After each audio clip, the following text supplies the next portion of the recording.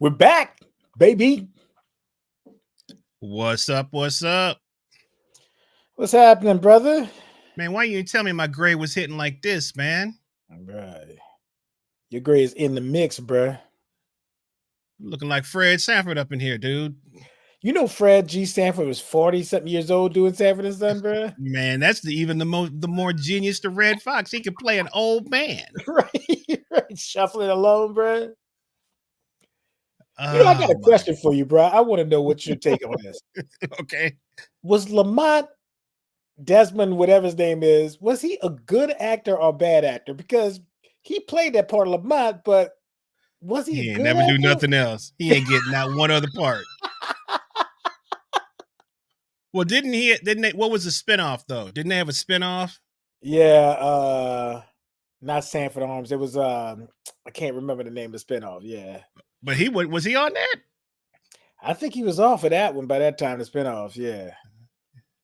I mean, he should have at least got a cameo on the Love Boat or something. I don't even think he got that.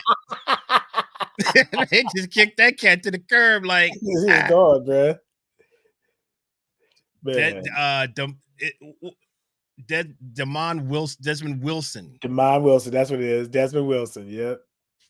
Is it Desmond or Demond? Because it always was like, Demond, because you have to do his. Well, that was the problem right there. Wouldn't let no Demond Wilson in on another show. Well, you remember it used to be Larry Fishburne, then all of a sudden became Lawrence Fishburne. Where did Lawrence? Cats be thinking, man. Cats be thinking about that stuff. I don't know. I'm gonna change my name when I get up there too, bro. Man, you the all-time culprit though. Tyrone Jackson. Bro. You got nowhere to hide. None, bro. They know who you are. I don't have to fill out those. When I was coming up in school, you know how it says race for Scantron? Nah, I had to fill out race at all, bro. Dude, I remember. This is the crazy thing. Bro, I was at a church service and this cat comes up with a newspaper clipping. And he says, "Man, are you the Tyrone Jackson that's in this article?" I look at the article, bro. It's like Tyrone Jackson gets beat up at a at a store in Augusta for trying to steal money out of the Salvation Army thing, bro. You're still gonna ask me if that's me. I said, bro, get out of here, bro. I'm a professional, man. I don't need to steal out no Salvation Army thing. In Augusta? I'm like, man, they got all the good money in Atlanta. Why am I go all the way to Augusta to get arrested and get beat up? Come on, man. Get out of here. Is this you?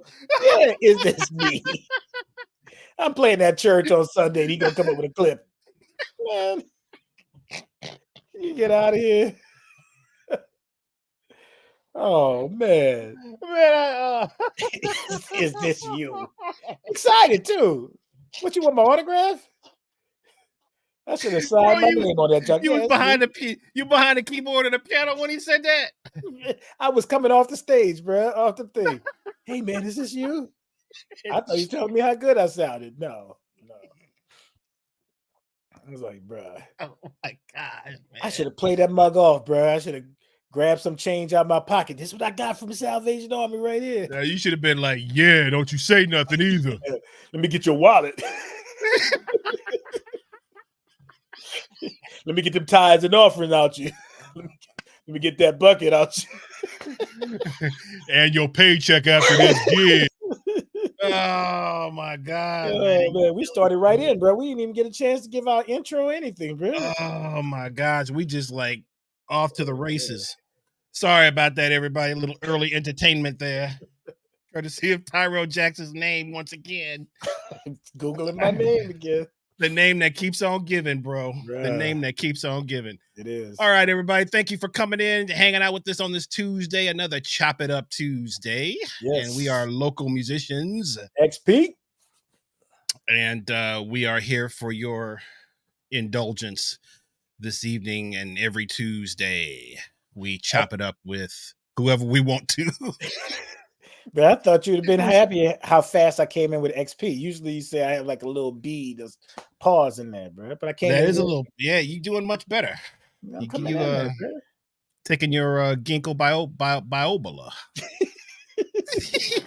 That joke makes my head hurt, bro. I can't take that ginkgo, bro. Taking the ginkgo, bro. Ginkgo Baloba, whatever it's called. Get Man, man, you getting that memory back, dude.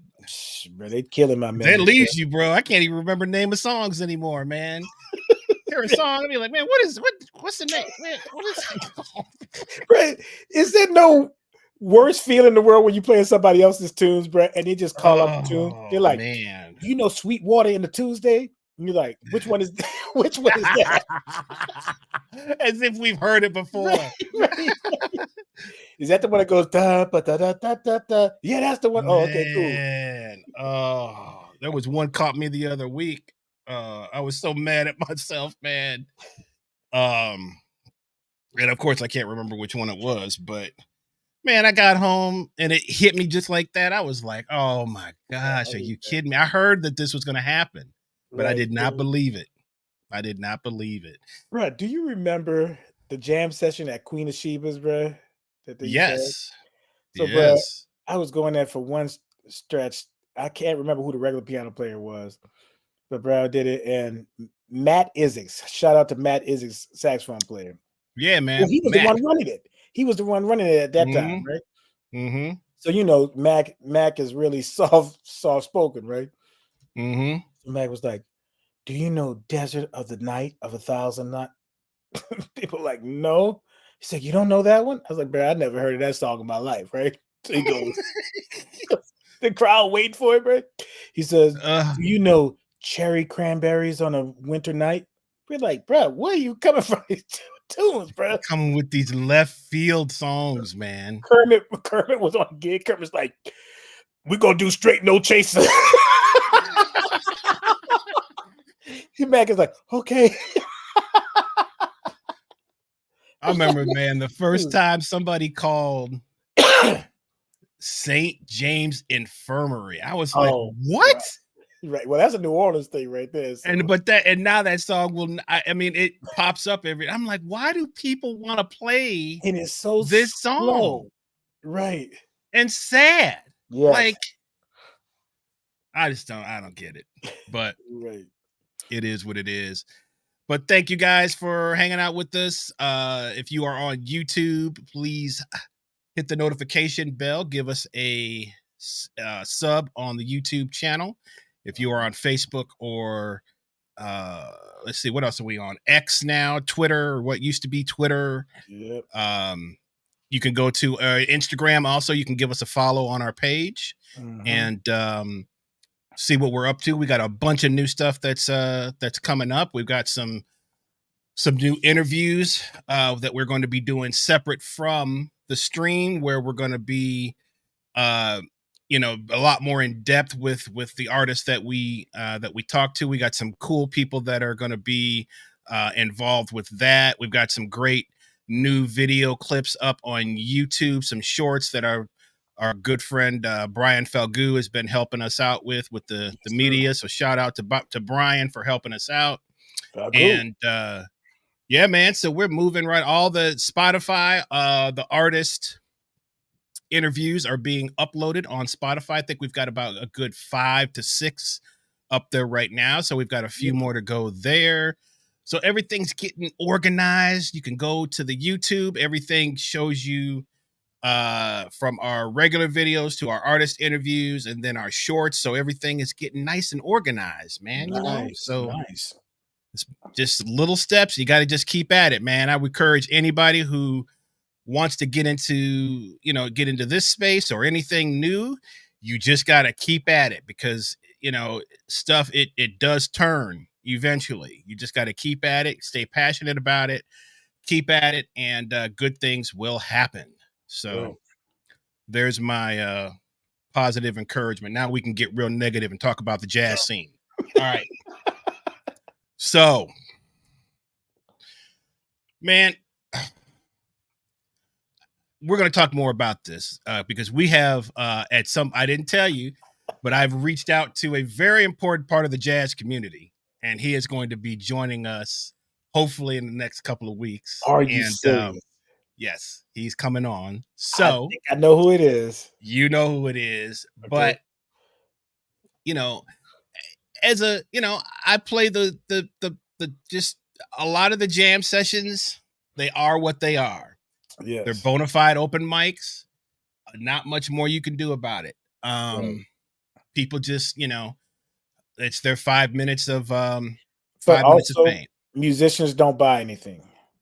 Let's be real. That's true. So the singers run these things because Right. they come out, they bring their family, they bring their friends, Mhm. they bring their coworkers, blah, blah, blah, blah, blah.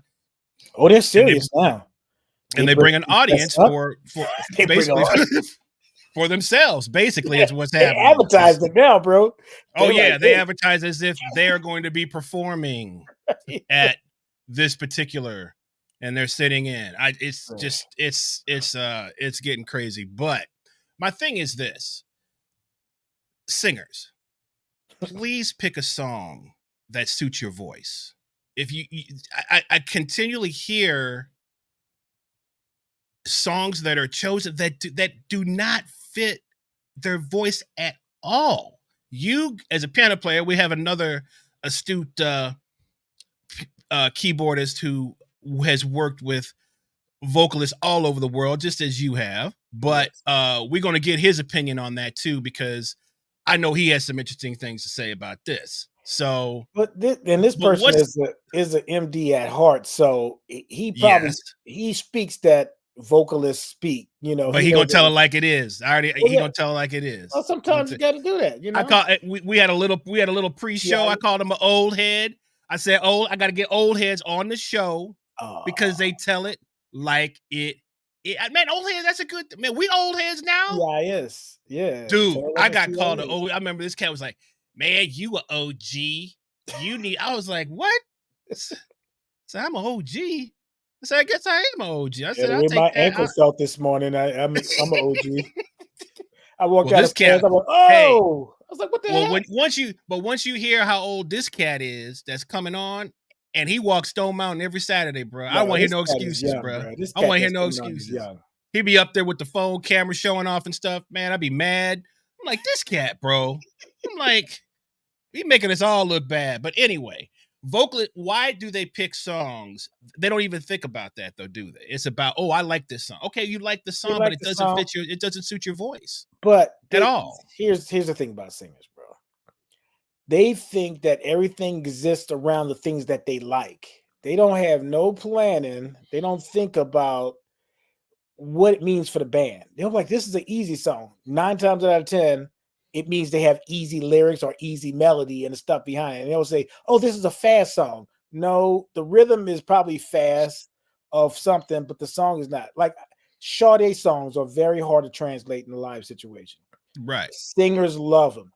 The song Is It a Crime? If you ever did a song Is It a Crime live, it does not translate. There's so many little breakdowns. There's so many different little things. Well, it translates when she sing it. Yeah, because the band makes it interesting. She makes it interesting. Right. But when's the last time you've been to a Sade live show and come out like, man, it was really high energy? It's not. You're not going there for that. You know what I'm saying? So it really doesn't translate. There's tunes that just don't translate over into a live experience. And singers are the worst because they're like, oh, I like that. I love the lyrics. I love the meaning of the song and stuff like that. Right. You know? But like I said before, there's one singer, she was putting a set together for a wedding. And she's like, let's do Just Friends. And I was like, do you know the lyrics for Just Friends? She's like, that's a nice upbeat, peppy song. I said, the first line for it is Just Friends, Lovers No More. I'm like, you gonna great do that wedding song. Right. Great wedding song. Right. So anyway, yeah, I want to do Summertime as a reggae, as a ska. Okay. What's the lyrics in Summertime? Yeah, I got the Fishbone version of Summertime that I just checked out. And we're gonna, I got that. Yeah, I got that. Right. So, come on. All right. Well, we're gonna talk a little bit more about this particular subject, but we're gonna go ahead and just get to it. Are we ready straight for the guest right now? Let's do it, man, because he's sitting there, I can tell he got a lot to say. And we getting him fired up right now. I know he can let some steam off about these singers and stuff he's been working with, man, over the years. And it's not just singers. He's worked with everybody. He did everybody. I know that, everybody but we talking about singers right now, so I know that's got his wheels turning, bro. You just want to find out what this cat has to say about I singers. That's do. what it I is. want to That's hear so all. true. I want him to name names too. Hey, listen, this is a good friend of ours, good friend of the shows. Yeah. Work with this cat.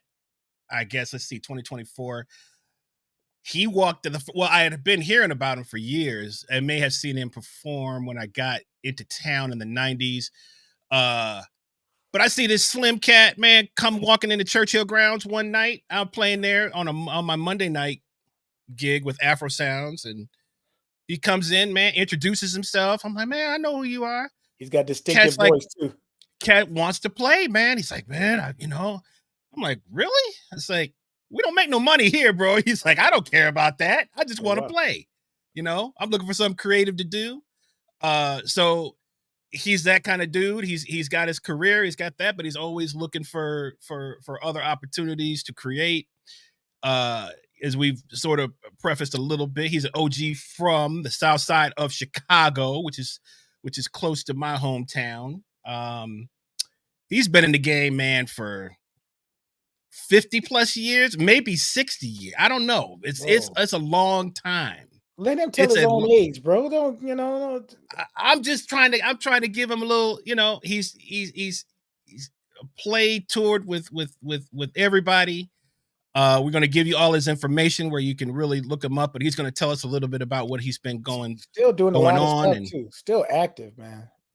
Well, let's just bring this brother in, because once we get, and he's also a health enthusiast, which I want him to talk a little bit about, and how he's been able to maintain some of the things that he's done. But without further ado, we're going to bring in keyboardist, vocalist extraordinaire, producer, writer, brother William Green.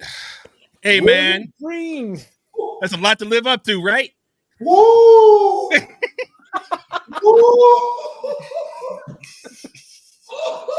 Look, man, I'm trying to get you. I'm trying to butter you up, so you can come with that. Listen, I'm about to run out of my apartment and check and see if I'm in the right place. Oh, You're in the right place. Oh my God! What's up, man? Good to see you, man. Brothers, everything is great. I am so excited to see both y'all in the same place at the same time. I'm speechless, man. I'm serious. I'm speechless. Thank you so much for having me, man. Hey, man, you were on the list. We just,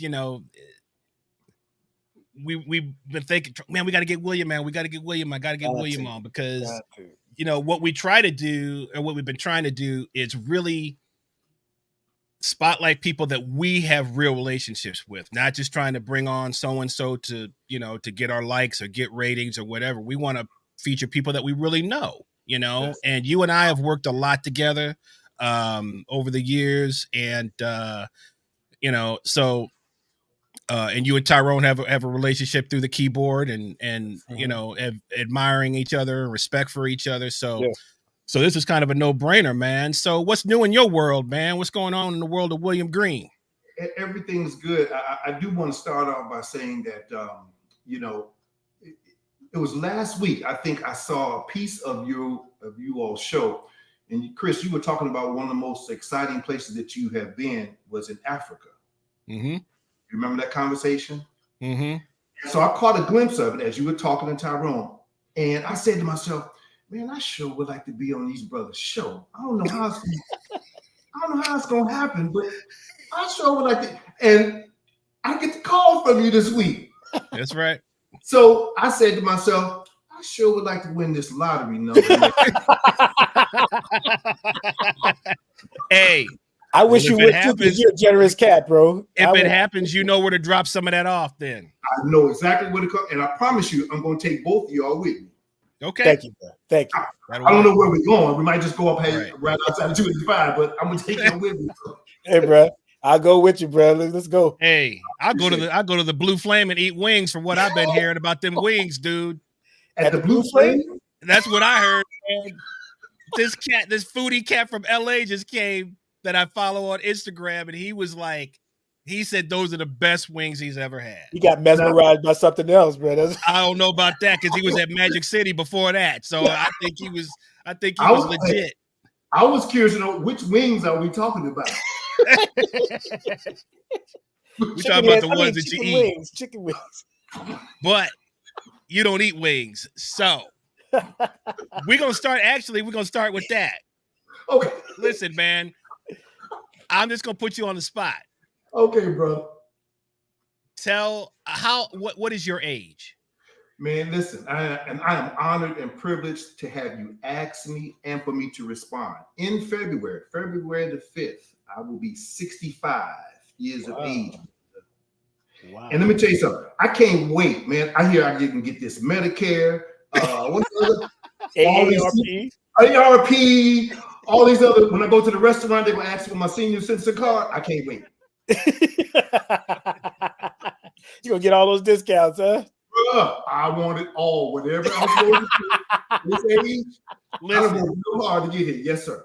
One of your contemporaries, the brother I've been playing with lately, Tom Gross, which both of you know very well, and he loves you to death, man, and thinks to the world of your playing. But he turned 67. Are you serious? Yes. And both he and Mike Veal is 65, but wow. Tom is 67, man. Wow. And so, yes. And he looks phenomenal too. He looks incredible too, man. It's amazing how, as musicians, we're able to almost kind of camouflage our age in an indirect way. I mean, in terms of, well, I say indirect because, like you were saying, Tyrone, now you were talking about your ankle. And so some things will show up. I don't know what that might be, but some things going to show up. Right. You know what I'm saying? So, but it's an honor for me to be able to be asked that question and for me to graciously, man, just say, 65, dude, come February. Yeah, man. So, yeah. And you've been a proponent. I mean, you're a vegan, I believe. Is it a vegetarian or a vegan? Which one are you? And I don't eat pork. I don't eat beef. Every so often I might eat the breast of the chicken. Okay. But my main meat intake is usually salmon. Okay. Tuna, but I'm very it's not like something I can eat every day because of the mercury that's in commercial fish as well, Mm-hmm. So I'm very sensitive about, how much of these items, I'm going to ingest in the body. But for the last, I've been in Atlanta, Georgia since 1978. That's when I went to Morehouse College. Oh, wow. And the thing that caused me to change my diet was in the cafeteria at Morehouse at this time, there was an item that was called mystery meat. That's what everybody on the campus called it. It was mystery meat. We did not know what it was. Now we ate it because it was available, Now, without being too graphic about it, it showed up as mystery. Once it had to once it had to come out of the body. Okay. Oh, gotcha. Yes. Gotcha. Yes. Yeah. It had the aftershock. Yes, and the look of mystery. Right.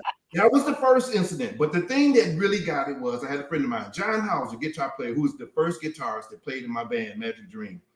He was borderline Muslim, but he had borderline Muslim. How you borderline Muslim, bro? I'm telling you what the brother was. I'm telling you. He only believed half the Quran. He was not all the way in. That's just all I know how to say. Okay. He was borderline, but he understood the importance about what you ate, and he showed me. He said, "Hey, man," he said, "I'm gonna show you why you don't need to eat pork."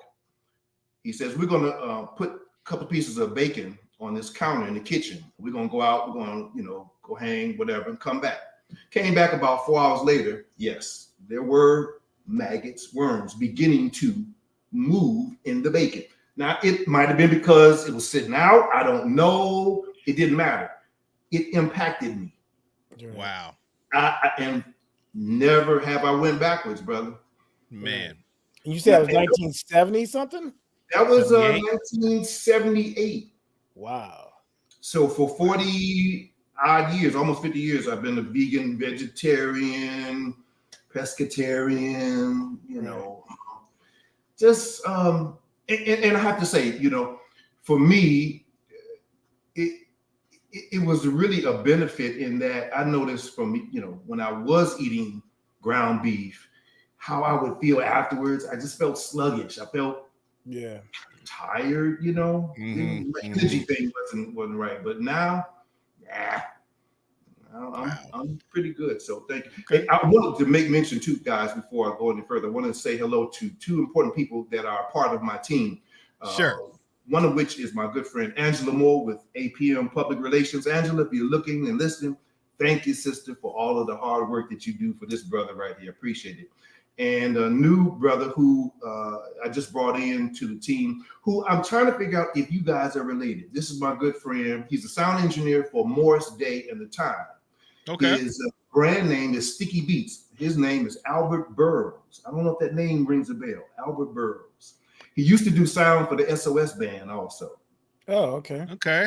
I have to go back and look and get his some of his family history and maybe see. Chicago originally too. Is he really? Yes. And I just asked him last week if he knew if the two of you all were related, but he's not sure. Okay. If Chris won that lottery, he'd be related to quickly. William, you said that you moved to Atlanta. Where are you from originally? Originally from Chicago. Really? Did y'all know each other in Chicago? Or did y'all meet each other down here, you and Chris? Man, I was a baby, bro. Me and William are 50 years apart, bro. You know that. He's 65. I'm 50. Man, come on, man. Not wrong. He really wants me to be much older than him. That's what he wants. I had to get him back because he's been my older brother, man, for so many years. You know. And look, when you guys came on, you were talking about your beards. I said, "Shoot, I don't feel so bad now." Looking at mine, I'm looking at you all like, yeah. What's that chemical called that you put into your stuff? Beijing black. I forgot to hit. I forgot to hit mine. I was like, dang, I forgot to hit mine with the little 5-minute. I didn't have enough time to do anything to look, presentable for you all show. So I apologize. Look, bro, I'm scared of it because my dad got gray hair early. He put some tint in there. His junk turned green, bro. I was like, nah. We don't want that, son. I can't be that as a musician, bro. But going back to your question, though, Tyron, I came from Chicago in 1978 with the intention, and I did. I went to Morehouse College, having been influenced by my god brother, and growing up in the home of a Baptist minister. So I'm a PK officially. That explains a lot, right there. Hey man, you know you part of the family when you take a whooping like this, bro. And I was prepared. I said, you know what? I know I'm about to get drilled like nobody's ever been drilled before. And fortunately, because I know both of y'all, I've already had this kind of like tutelage with you. You already knew, right? So it's no surprise, right? Yeah. But growing up in a home where it wasn't that I wouldn't call it a restrictive home, but there were certain boundaries that were in place. And for a musician such as myself, I'm the only musician in the family of 6 of us, 3 boys, 3 girls. I was the church organist, the church pianist for my dad. And man, I couldn't wait to get out of high school because I knew I was going to go somewhere else other than staying in Chicago. Right. And so, the universe and the influence of my god brother brought me to Atlanta, to Morehouse College. I was thinking that, Morehouse was going to be pivotal in really helping to mold my musical path, which for a year, the most important musical entities that I was involved with or that I interacted with was my good friend Rod Smith. I don't know if you all know Rod Smith. Yeah, I played with Rod with you. Yeah, A couple of RIP, times, man. And through him, that's where I met all these other great musicians: Oliver Wells, Edward Williams. Man, I could go on and on. What's the trumpet player? He's in New York now. Eddie Henderson. No, not Eddie Henderson. Eddie Harris? No, Eddie Harris is no. Fire trumpet player. I can't. Him and the brother who used to write. You talking about Marcus? You talking about Marcus Printup? No. He was in the jazz band at Morehouse College. I cannot call his name, but there was just a slew of great musicians that I was able to interact with, and that connected me to the Atlanta scene through that. So after about a year and a half, man, I couldn't afford to continue going to Morehouse. It was just, and we're talking about 40 years ago now. A semester at Morehouse then was $3,500. Okay. It ain't that now. No, sir. You can buy a car and a house for tuition, a semester at Morehouse easily. But I'm glad that I had that opportunity. After that particular episode, I went to Georgia State University for a year and a half. GSU. Yeah, didn't graduate from either institution, but I gained enough knowledge about what it was going to take to operate, not just as a musician, but as a business musician. Because that's what this is. It's music business. It's not just show business. It's music business. And, the story began, man. I formed my first group, Magic Dream, which that was in 1980. And my focus was on performing and creating and writing original music. Something that I've always done for a long time. When I was 10 or 11, I could write out my own songs. I heard songs in my head. And so I was able to make that happen. And over the years, I've been blessed to be able to interact with both of you all and other musicians that, have been a part of the music scene here in Atlanta. So I'm very grateful, brother. William, the first time I met you, well, you didn't meet me, but first time I saw you, it was I wonder if Chris, you were on that gig, because I don't think I knew you either, but Joe Sample was performing in Lithonia. And it was like an outdoor kind of thing. I was on that gig. We were opening for Joe Sample. Right. So, and I remember because the lights kept going out, the power started going out on Joe Sample set. And I think also Pieces of a Dream was on it too. So it was y'all, Pieces of a Dream and Joe Sample. So, I mean, I was going, every keyboard player knows Joe Sample and, understands what he is and what he meant to the fusion, funk, jazz kind of scene and stuff like that. So I go and you guys open and I see this keyboard player, right? And he's directing everything. He's pointing to the horns, doing this, blah, blah, blah. There's a breakdown, and he goes break it down like that. And he's playing all this stuff, and I was like, this cat is amazing. That's what I kept saying. Musicians, we used to say, take your eyes off of William for 1 second, see what happens. Right. This dude was directing everything. He was like a quarterback, bro, and a coach at the same time. I was like, who got time for that? That's what I'm saying to myself. I was like, can I just play the song? If I was a keyboard player, I ain't got no time for that. But I was just marveling at how you could do that. So have you always had a mind of being an MD, or did it come natural, or you were thrust into that role and never looked back? How did you become MD? It began because of the experience that I had growing up in church. Not only was my father a Baptist minister, but my mom, she was the choir director at the church. My mom and her sisters, when they were teenagers, actually sang background vocals for Mahalia Jackson. Oh, wow. So it was natural for me to see somebody conduct a group of people and navigate them through whatever part of the song was necessary. And you got to remember, especially in the Black Baptist church, when there's a moment of high spiritual, all of that, people will lose their place where they are in the song real quickly. Right. You know, I mean, and they don't mean to, it just happens. You know what I'm saying? Right. Some people though, they actually will use it maybe as a means in which to get their moment of shine in, around that. So a director is the person that kind of keeps it up. All right, here we go. We're going to, section number 2, whatever. And so over the years of, experiencing that, and then now coming to Atlanta, Georgia, where I'm working amongst musicians in a particular setting, it was kind of easy. Now I'm gonna tell you what's hard about it. The hardest thing about that is letting or hoping that the other musicians around me feel comfortable with that. Because what I've noticed is that a lot of musicians don't like thinking that the audience thinks that they don't know what they're doing. Right. They're concerned about the look of that. And I'm scratching my head like, well, that shouldn't be a problem because you don't know what you're doing right now. Hey, to be fair, they say they didn't say they didn't know what they was doing. They say they don't like the way they look like they don't know what they're doing.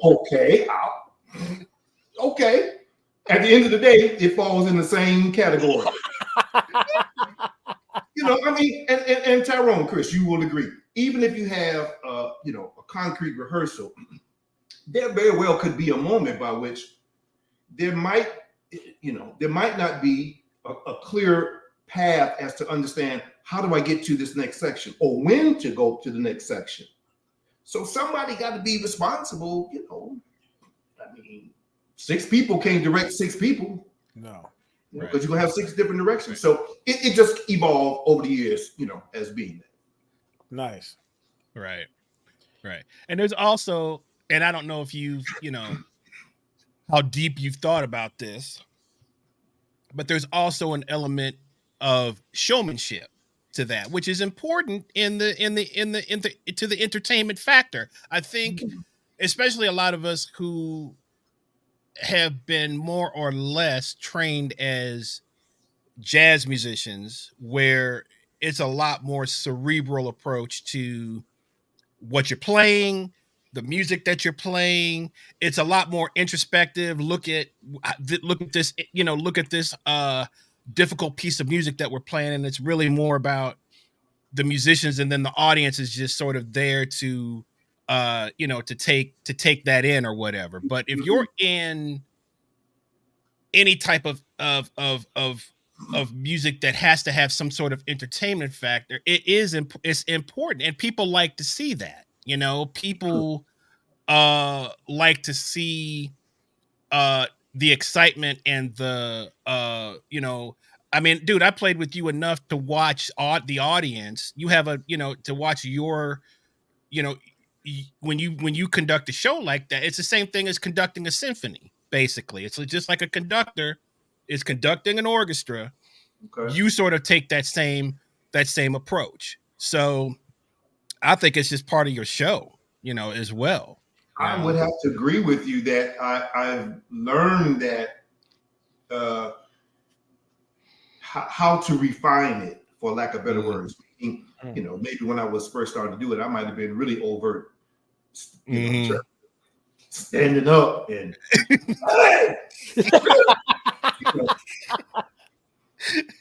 because listen, I mean, there are some times with certain musicians, and again, it's not about categorizing everybody. It is just about every gig is different. Every gig is different. Every musician is going to be different. So the method by which they are processing something, I have to take that into account. And the fact that we're multitasking when we're playing any instrument, you're multitasking with the brain, both in terms of the usage of your limbs, the thought that's going on, the signal that you're trying to emit. So now I've gotten to the point where I'm learning the importance of, and I heard Marcus Miller say this. He says, the best way for you, he was talking to other musicians, he says the best way for you as a musician to be able to get my attention to work with me is when I can see your eyes when I'm playing. I've I heard never heard anybody say that before like that. I've seen it, but when someone just say, and what he was saying is, this is the method by which I'm communicating with you and you with me. So now I have another demeanor about, MDing and conducting, and it's almost telepathic, And the other thing is that learning how to play something to let a musician or musicians know where it's going. That's probably more profound than waving my hands or whatever. That's all fine and well. But you can play something, whatever it is, right. Everybody around you knows. Okay, we're about to go do this. That's a little bit boring. Man, I think that's important, William, because the level of musicians that you play with, not to knock any musicians, but sometimes, like yourself, you're a giving person. So you're like, hey, the show must go on no matter what. We're going to get through it. If the bass player, we're not talking about any bass player in particular, but if the bass player is having problems with the changes, you're going to feed them the information because you want the gig to go on. You're not going to sit back and be like, man, they didn't shed on the stuff, so let's let them get exposed, So a lot of these people who are concerned about the way they are looking, they really don't know that you've saved them in a bunch of situations because they didn't know the song, and you're feeding them the information and stuff, So, but as much of a leader as you are, some people don't really know how much of a humbling cat you are as well. I'll give you an example. And I don't know if you remember this or not. So we the church that I played for a while, Church of the Apostles, we had our organist wasn't able to be at a couple of them. So I said, why don't you call William Green, So they were like, okay, cool. So they called you up, you came there, and one particular person said, hey, I don't know if William Green could survive in this situation because he's used to being the top dog. And I said, I know William, but I don't know William as being that type of person where he can't play in a position. He's a great musician. I say, great musicians are always gonna. He's like, well, you got to watch him, whatever, because you're the MD in the group. I said, I'm not worried about it at all, bruh. William came there. And if anybody knows William, he's all about business, bro. William was like, so what songs are we playing, Brother Tyrone? I said, there's a lady that's going to reach out to you. Okay, yes. And will they have the payment within the prescribed time that they will have? I said, yeah, they're good. They're going to have a check for you right at the thing. Yes. And what time do you have to show up there? And what is the address? I said, yeah, they're going to outline all of that. He said, very well. So he got up there. Brother was killing. He didn't have to say anything. And I looked at some of the cats band. I was like, that's what y'all was worried about? And then William gave me one of the greatest compliments. He said, Tyrone, I never knew you played gospel music, bro. I'm gonna have to tell Vance about you. I was like, and then they loved him so much they had him back the next week. I was surprised he was available because William is so in high demand. It was really cool to have you on that and have another brother represent, because I was the only brother in that band, and when you came in, it made two of us. Was that the church that's up there off of 75? Yes, man. And Tyrone, let me just pay you a compliment. And let me just say, for the fans and friends that are listening, Tyrone didn't pay me to make this compliment, everybody. I could. Tyrone, you're one of the few keyboard players in particular that has over the years shown me you like gone outside of your own circle, so to speak, to embrace me, to show me love. Unlike a lot of my other keyboard comrades. One in particular is, and I'll never forget it, and to the day I die, I'm always going to speak highly of you. You're the person that referred me to do the feature, not the feature, in the Respect movie. And man, when I got that call from you, man, it was like a kid in college or something. I'm like, what? You calling me to ask me to do what?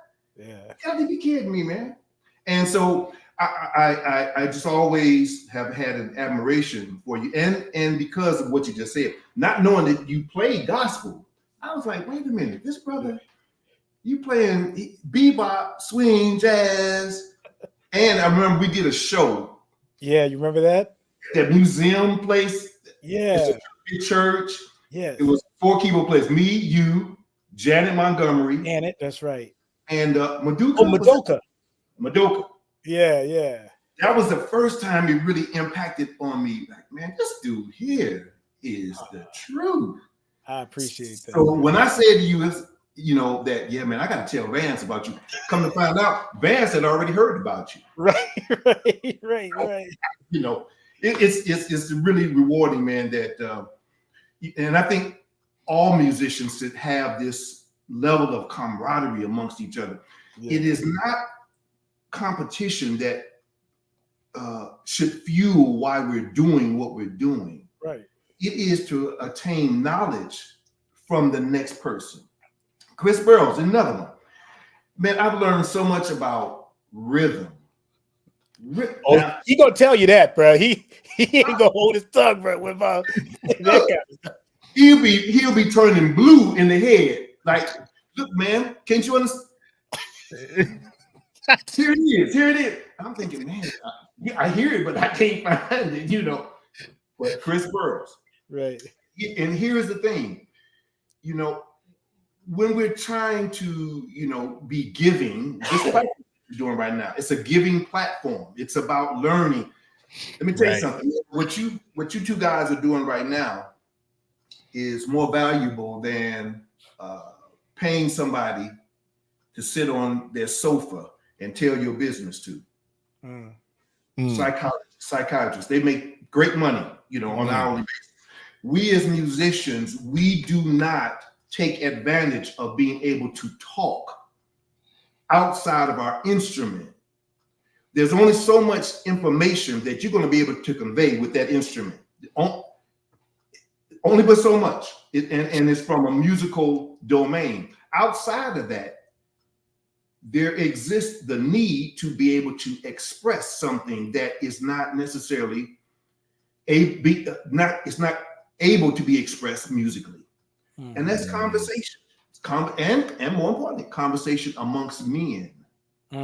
Well, but you brought up a good point, man, and this is something sort of, you know, that Tyrone and I, we've talked about it on this show. We talk daily about this particular subject, is why is there so much competition between us? I don't, that's one thing, man, I just don't understand. And why aren't more of us crossing over? Like I met you at Churchill Grounds, which was the jazz club in Atlanta at the time. Which, I mean, that was such a great sort of like just place for cats to just come hang out, you know, meet. But you would come through there, and then you hired me for a gig at Cafe 290. You know, I maybe played there a couple times, but it's like I hadn't really been asked to play because people didn't think I played funk. I'm a jazz musician. So it's like, so you get pigeonholed into this, oh, he does this, he does that. And of course, there's going to be certain levels of depth that you're not going to be able to get to unless you are in one specific thing, maybe for a long period of time. We all understand that. But at the same time, man, if we just playing music, we're playing gigs, you know, the language is still the same, you know? So, and again, learning from each other, you know, you call me, I've been on, you know, a couple of your records because I want an interesting view. I want you to, there's some things I've heard you play that I want you to come. I will give you arrangement credit. I give you production credit, everything. We're going to work. I want you to help me put this thing together, man. That does not, you don't really get that very much because it's just this, I don't know if people, you know, there's this thing about like, you know how we are anyway about, oh, we don't want to show that weakness or show we can't do something. But it's like, man, that's the greatest contributions to music have been collaborations, man. There's always collaboration on some level going on. It's never one person. Absolutely. You know, I think what has hindered and or hampered that, and I say this with respect, you know, modern technology is powerful. It's great. All that we have at our disposal is great.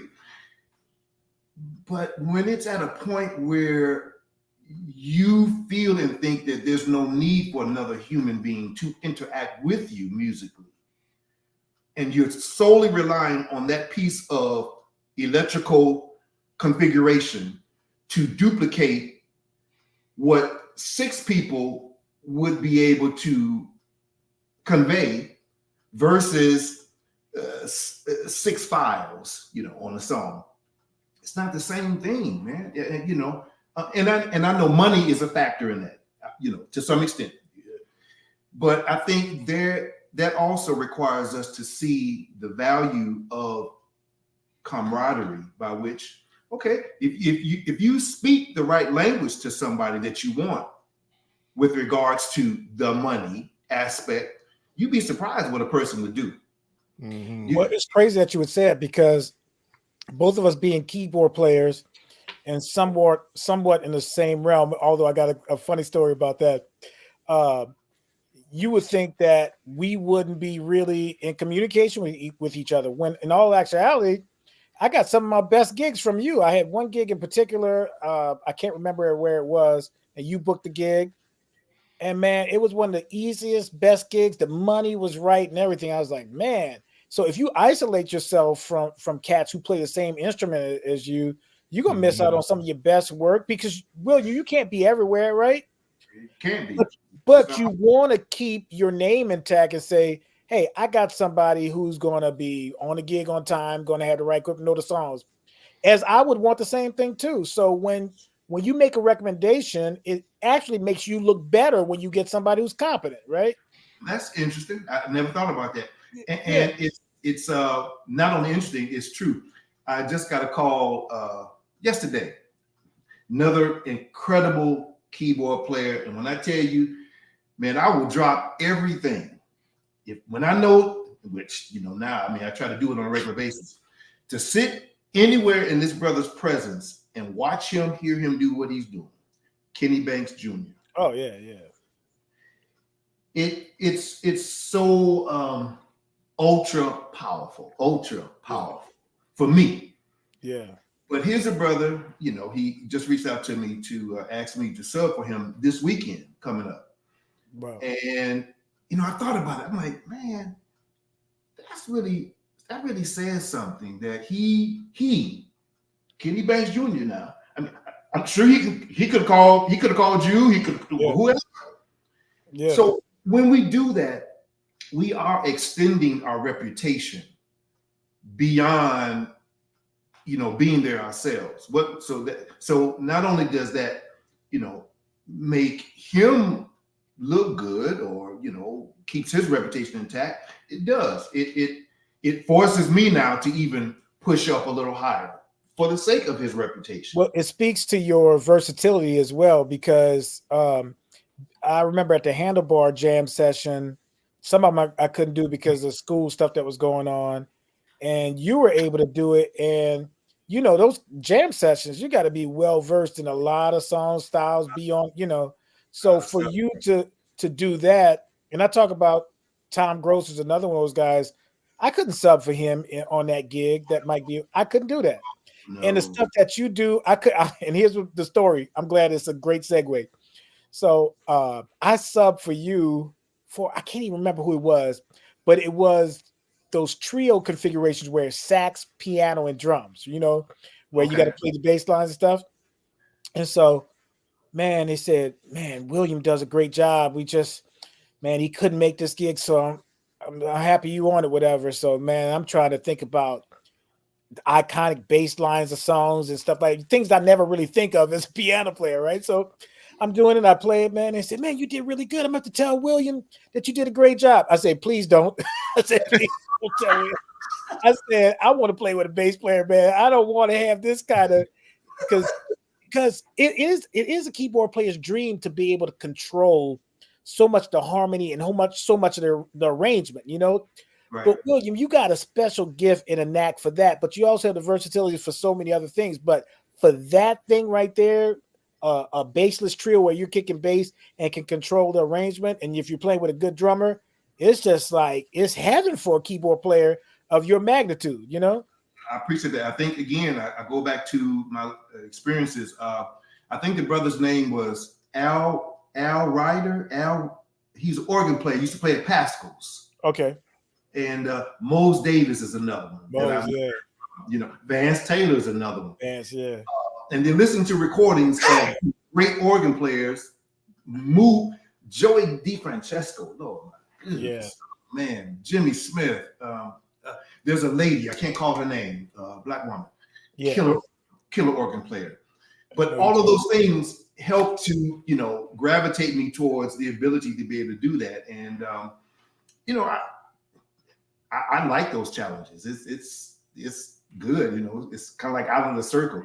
But before I forget, I want to go back to Chris, what you had originally brought up about vocalists and jam sessions.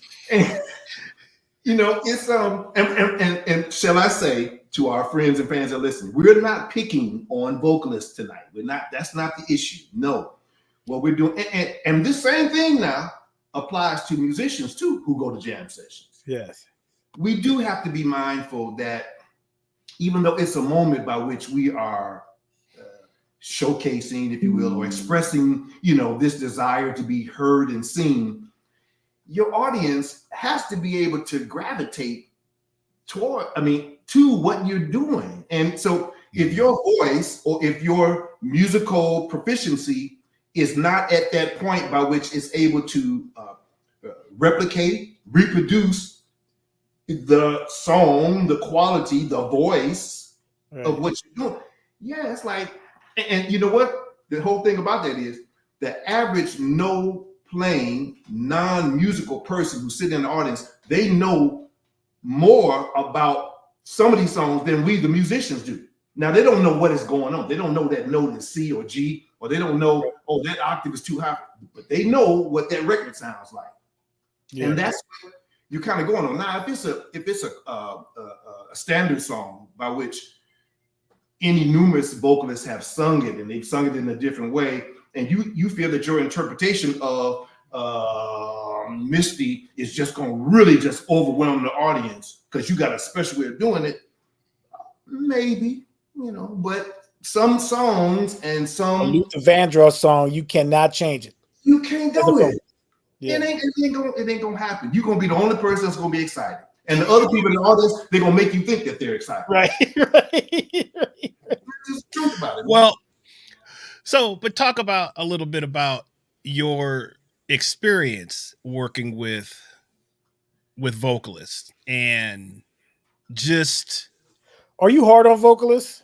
You know, the way that you can, well, because, you know, I talked to, you know, Tyrone, we have so many stories of, you know, he always says that as a keyboardist, you're going to have to work with vocalists at some point, because that's going to be your bread and butter at basically is working through a vocalist. So you have to learn how to work with vocalists, and you have to learn how to be able to say the right things and not say the wrong things, but you may be thinking one thing, but you gotta portray something else. So you gotta translate. So when when you moved here, you said you moved here in 78, you started working the club scene when? I mean, probably in the 80s? In 1980 in underground Atlanta. Okay, so what, you know, have you seen differences between those days and then versus now in terms of maybe working with vocalists? Mm-hmm. Let me answer Tyrone's question real quick. No, Tyrone, I don't think I'm hard on vocalists. I really don't. Honestly, I don't. Now you have to ask them. They're probably going to tell you just the opposite. Do you have high standards when it comes to vocalists? That right there. That. But now going back to what you're saying, Chris, has it changed? Well, obviously, you know, the music has changed in terms of styling, in terms of song content. I don't know if vocalists or a large number of vocalists now are as focused on the integrity of the music as was before. I think it's in some cases, and let's be more specific. We're talking about maybe in a jam session setting. I'm just talking about in general. You can, I mean, I'm just, Okay. just in general. Yeah. There are a lot of vocalists who do really understand the importance of furthering their craft of their instrument. There are, by which, they're either practicing certain techniques, they are concerned about how that instrument is preserved, is used. But the majority, great majority, man, look, it's just get up and let me just do what I'm gonna do. I went, it's hard not to make, I'm not gonna call no names. I'm just gonna say I went to a jam session Sunday. Okay. This past Sunday. And when I tell you, first of all, the band volume was on 400. The band volume was on 400. And hold it. How about this? The young lady who was about to go up and sit in, and the vocalist who was talking to her, both of them had earplugs. Oh, wow. That's how loud it was. Yeah. So I said that to say this. I think some of that has a lot to do with us as musicians, how we support a vocalist to make them more comfortable, friendly, right. in their making them the first priority. That right there. And so vocalists psychologically now, they got it in their head, oh man, if I'm gonna go sit in and sing this song, I'm gonna really have to go scream hard. I'm gonna have to sing loud. No, you shouldn't have to. I mean, but that's what the mindset is, because again, the musicians are not providing this comfortable audio volume for them to do what they're doing. So over the years, it has changed. But when you think about, Betty Carter, what's another, Abby Lincoln. I've never played with either of these ladies, but I've had acquaintances who worked with them. And it used to tell me all the time, hey man, if you can't hear her whisper her note, you're playing too loud. Literally whisper her note. Now, there are some vocalists who don't understand or don't know how to whisper a note versus that means a lack of training, lack of knowledge. I mean, you doing this for a living. People call you every weekend, brother. You show up all the spots, but you don't have that. I'm just saying what I'm saying. Well, but it's interesting, man. You brought up a good point. And you said that the first thing you said is when you went to this spot, the band volume was on 400. 400, son. So it's making me rethink a little bit about, well, if I'm a vocalist, what am I up against? Because if I go to some of these places, and man, we've talked a little bit about this, but man, same thing. I walked into a place, the drummer is soloing all night. There's no space, space, no dynamic, no groove, no groove. I mean, right. He is soloing through the song. But the thing is, William, I see these other cats that I guess are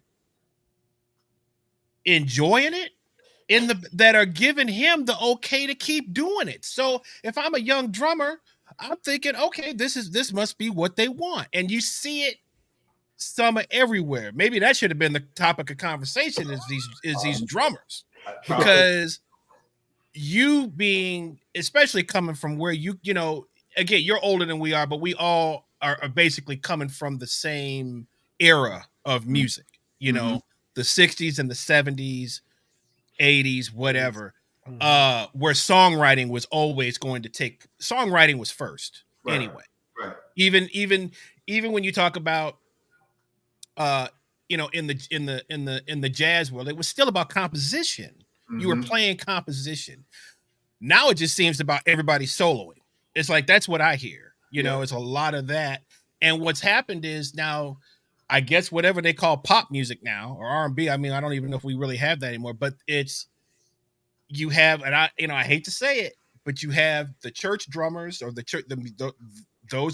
musicians that have sort of been raised, and then now they're in the pop world or the song, and it's like R&B, and they're playing just through these songs. I mean, it's like every fill, the groove. Okay, there might be a groove, but there's a fill in between the whole groove. And Chris, here we go with that thought.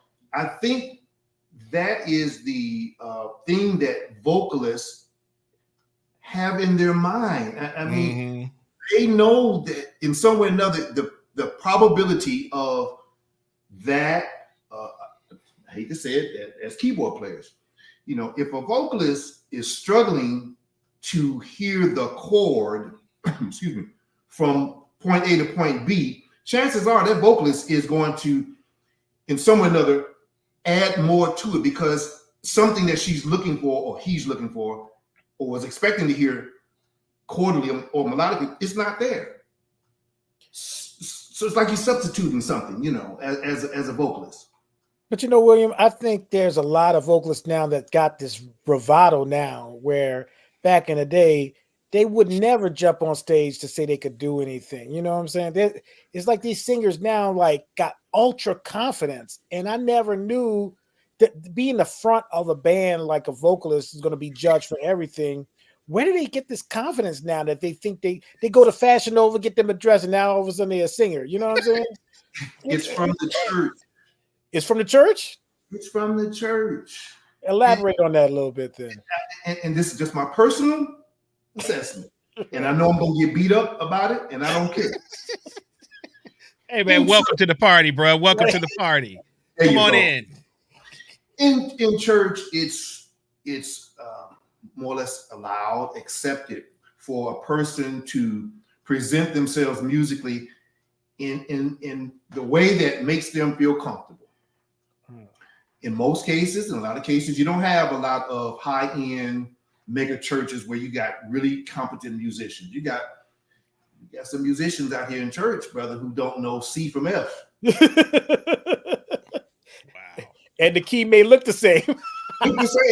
And they playing every Sunday, getting paid, and God bless them. I'm not mad at you. Yeah. Not mad at you. So consequently, the level of thought and preparation is not really being developed because they want you to do such and such song on next Sunday morning, and all you got to do is just sing enough of the words or whatever and the lyric, you good to go. That now, like the musicians, you can play 500 licks in church over these songs. You got it. You're bringing that same element into an R&B setting where those R&B songs that you are reproducing for a jam session, they don't have that in the song. That ain't in the song. It ain't there. It just ain't there. It is now. It's because this other element, this other area, if you will, it allows you to do that. Now, I'm curious about this. Would you think the same thing would happen if you were a classical singer? Would you transfer that energy into a country and western? You couldn't do it. You're right. I just said this the other day. Big props. I congratulate Beyonce. I congratulate her being able to navigate now into a whole genre of music, totally different from what she's recognized for. But I said to myself, do you think Taylor Swift could do a blues song? Well, and when I say blues, Coco Taylor. Right. You know what I'm saying? So how we have migrated other styles from other musical settings into, you know, what we see or recognize as jam sessions is not always, you know, the right thing. You about to get Taylor Swift a Grammy in the blues area, bro. Don't do that, bro. Don't put that out there, bro. Now she gonna do a blues album, bro. I'll say this. If, you know, because you can always do an arrangement of a song. There's no, I mean, that's been done since the beginning of the time. Is you can always do a different arrangement. That's not what we're talking about, though. What we're talking about is you're basically, for lack of a better word, this might be the first time on Local Musicians XP, because we always try not to curse on this, but you are shitting on songs. Whoa. I heard somebody, it was a Sweet Thing has been played. Okay, is a R&B standard. We can call it an R&B standard. The version that I heard, I almost didn't recognize the song because the drummer was chopping, so it was basically being played at the same volume as a hard rock heavy metal song would be playing. Oh, okay. The singer was just belting, and this is like in the verses. I'm like going, what? Like, I kind of recognized it because I heard the messes lyric, up, but even the name of the song, Sweet Thing. And I was just like, and then they came around to the, I go, oh my, I said, damn, this is Sweet Thing. And it was just, I mean, it was just like the whole song was like this gymnastic event. And I was just like, now who taught them this? Or where did they? William, I got a theory though about the church proliferating in, because to what Chris is saying, this is where our musicians are coming from, because these are the only places now that we have live music. It's the only places where instruments are being played. So it's gotta be the church. Any singers that's doing these runs that we know as keyboard players, bro, that's you playing a minor sixth run, which is popular now, that minor sixth thing, over a major chord, and be like, bro, that doesn't work. But maybe that's what it is. And also, William, here's another thing. When you talked about the vocalist coming in from the church, I didn't realize until you said that point. Me and Chris have been doing this jam session. Is a trend now to start talking on the microphone. And you know that's what they do in church. Talking before the song, like it's their gig. Yes. But you know that's a standard thing in like a Baptist church. Yes. Baby, I had a bad week this week. Yes. And the devil was busy, you know, stuff like that. And so that's acceptable. They doing it on jazz gigs now. I came in with the mindset to sing one song, and I was going to do a fast one for you, but I felt a little misty today. Key of E flat, my brother. Can you? Oh, that's not my key. That's not my key. Oh, I'm trying to figure this out, y'all. Y'all hold on for 1 second. We're like, what are you doing? But you know, it's an acceptable thing in church. I got an A and B selection. I mean, and again, we are not mocking the church. No, we are not disdaining the church. There is great relevance in how do I say this? The development of musical talent within the church. It's great. And that's the language of the church and the church music. So look, hey, church musicians are snobs too. You can't come in there and play all that stuff over there and be like, what are you doing? Or jazz stuff. What are you doing? Right. So it works. It's like Chris said. Why is it accepted? Why is it accepted on the other end? Because we can't come in there with anything other than what is appropriate for church, for the church gig, right? Let me come in there playing some 6/8 or some kind of afro. They'd be like, man, what are you doing? Right. Yeah. I guess, again, some of that does fall outside of both entities of the church and, R&B, jazz world, or whatever the case may be, through the means of how society has now shifted the narrative about this. Because like you just said, Tyrone, other than the church, these live music settings that are available for people to showcase their talents, that's it. And if you don't, get in either one of those, the likelihood of you being out there as an artist or star, that's a whole nother story. You know what I'm saying? Right. So this is it. I think about, even though I wasn't, around, but we've heard stories, we've read stories about, during the era of John Coltrane, Max Roach, cats would get beat up if they came in there and did not know the language that was required, right, for that setting. You don't know whatever the standard might be, just not knowing what was required. You ain't coming back in here until you get that right. And then when you come back, we're gonna still analyze you again. So it made you become stronger, better at what. I don't think. See, the other thing is that we don't like being told. We don't like being shown.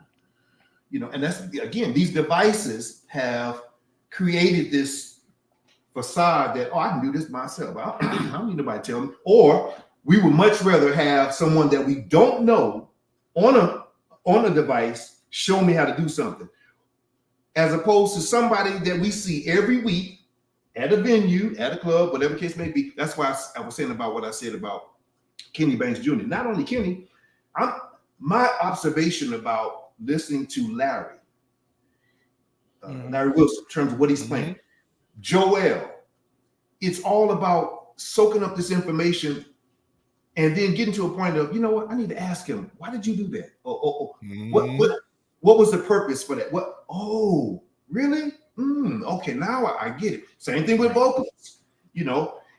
Just because you can sing 5 million notes in 2 bars does not necessarily mean that you understand the theory about what you're doing. Doesn't that get back to you have to continue to be a student, which I think the three of us have always. Man, I'll carry that until I can't play anymore, and probably after I can't play anymore, is I want to learn. I want to learn how to get better. I'm always, I can remember I asked, Tyrone knows the story. This recently, in the last couple of definitely the last year, prominent cat in town asked, hey man, I'd like to take a lesson. You do online lessons? Cat told me, it doesn't translate over. It don't really translate over online. I said, okay, that's cool. But all that does is make it it's like, man, give me more of that. Give me more of that. Cause it just makes me better. It makes me, and I've reached out to cats on a high, and they're like, man, come on, man. I don't even, let's do it today. To your credit, the first example that you just conveyed was evident that person has already seen where you are, knows where you are musically, and would have preferred to have given you that answer so that, how do I say it? It's like they don't want to be in your shadow.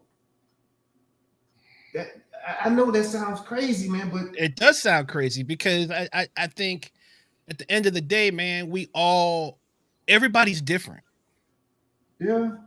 I have my thing. Tyrone, you guys couldn't be more different keyboard players. Yeah. You have completely different style. You have the same knowledge, the same language, the same, you know what I'm saying? But each one of you as an individual is what makes it unique. and what makes it different. Yeah, And that's and what used to be celebrated and if is William shows me something, I'm not stealing from William. If I show William something, he's not stealing from me because we have both different ways of approaching things and some similarities to approaching things.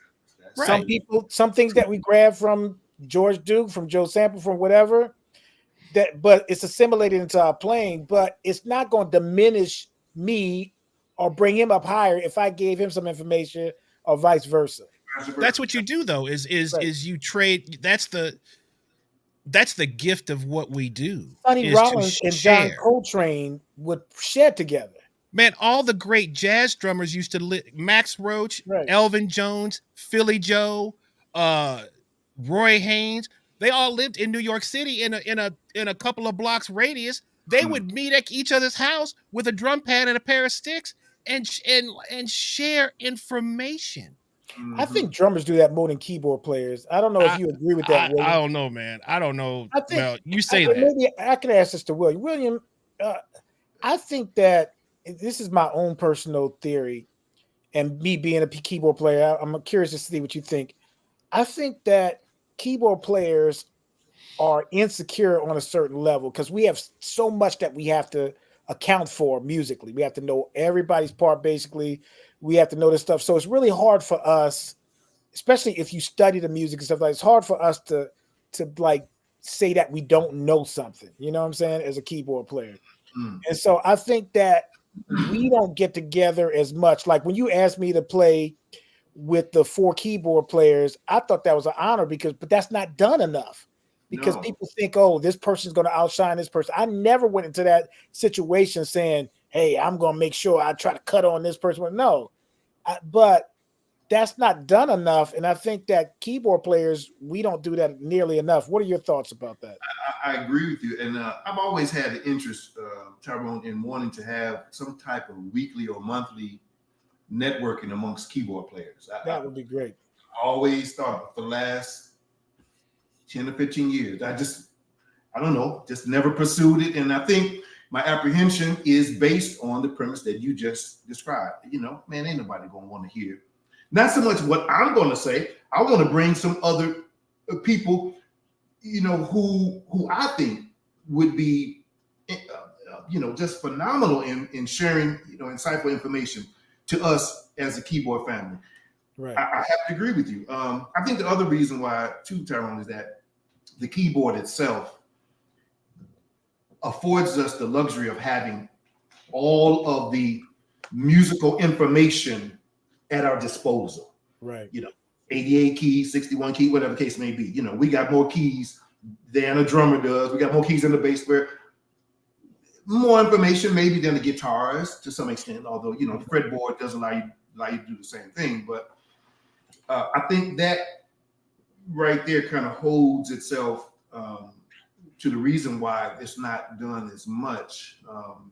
But surely, man, in terms of performing, there's probably just in the radius of 285 in Atlanta, I bet you there's 1,500 keyboard players. Right. I'm just saying, whether I don't know what level you're on, but maybe more than that. Maybe more than that. Right. Let's say it like this: maybe there's probably 500 active, working, performing keyboard players. That's a lot. Possibly. William, we should do that, bro. Keyboard family, bro. Serious, man. And I think it would just take one meeting, one social, set for all of us to see the importance of what we're doing. And Right. again, it has to be more than just music. See, what we're doing right now, even though we're talking about music, we're not playing anything. But what we're talking about, is you'd be surprised, man. There's just a lot. I've noticed this. I watch musicians. I try to watch, us. We all are in need of having somebody to really talk to. Now, not just from the sense of, I want to share my problems with you. No. Mm-hmm. But just that moment that moment of conversation that you cannot probably have with your wife. Now that you could have been married 20, 30 years. Your wife will never understand you as a musician. Never. I'm not going to say it's not possible. Mhm. But that which makes us do what we do, it'll never happen. But you talk to somebody who does it on a regular basis, their experiences combined with yours, you start feeling a little bit more connected, for lack of better words. You start having a sense of acceptance about where you are in your journey. And if it's the right person that you're talking to, that person is going to either motivate you to become better at what you're doing, or is going to provide you the information that tells you, here's what's holding you back. And if you're smart enough and receptive enough to that information, sky's the limit. You can go wherever you want to go because it's sitting right there in front of you. But again, sometimes we just want to rely on this computer, man, and you just ain't gonna get it. You're not like a real person. It's just not gonna happen. Well, we need to definitely get back. I mean, because when COVID happened, it just changed. Oh, all of it. It changed so much. It changed everything, and a lot of the places, even before COVID, where we were kind of on the downside of the club, the places that we had to play, and live music in terms of what it used to mean and what it used to be. It just, man, it has changed so much to where a lot of the people that built that and were making a real living in that world and sacrificed, I would damn near to say most of what they have to do that, because that's what it takes to be really on that level. We're kind of in no man's land right now because our value has to the public has really changed so much. We've seen that through what's getting hired, what's getting booked. Everything is about tributes and cover, and some of those guys are really good, but a lot of them aren't. A lot of them are just weekend warrior types that got another opportunity to get the garage band back together, and now they're in theaters getting booked at touring, and we're like, wait a minute, what happened? what happened here? We're in the age of data, data, numbers, analytics, analytics. Everything is analytics. My current good friend and now manager, has opened my head to the acceptance of that. Now, this is not to say that you should not be concerned and work towards being talented and being skillful. But the likelihood of you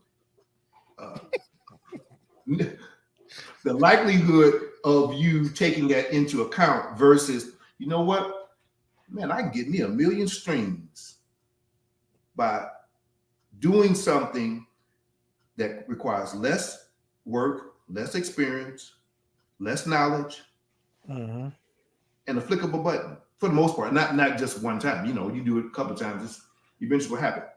Okay, and but Chris, even with that, eventually it comes to show itself as to whether or not it's for real in the sense of to what extent have you put time into this.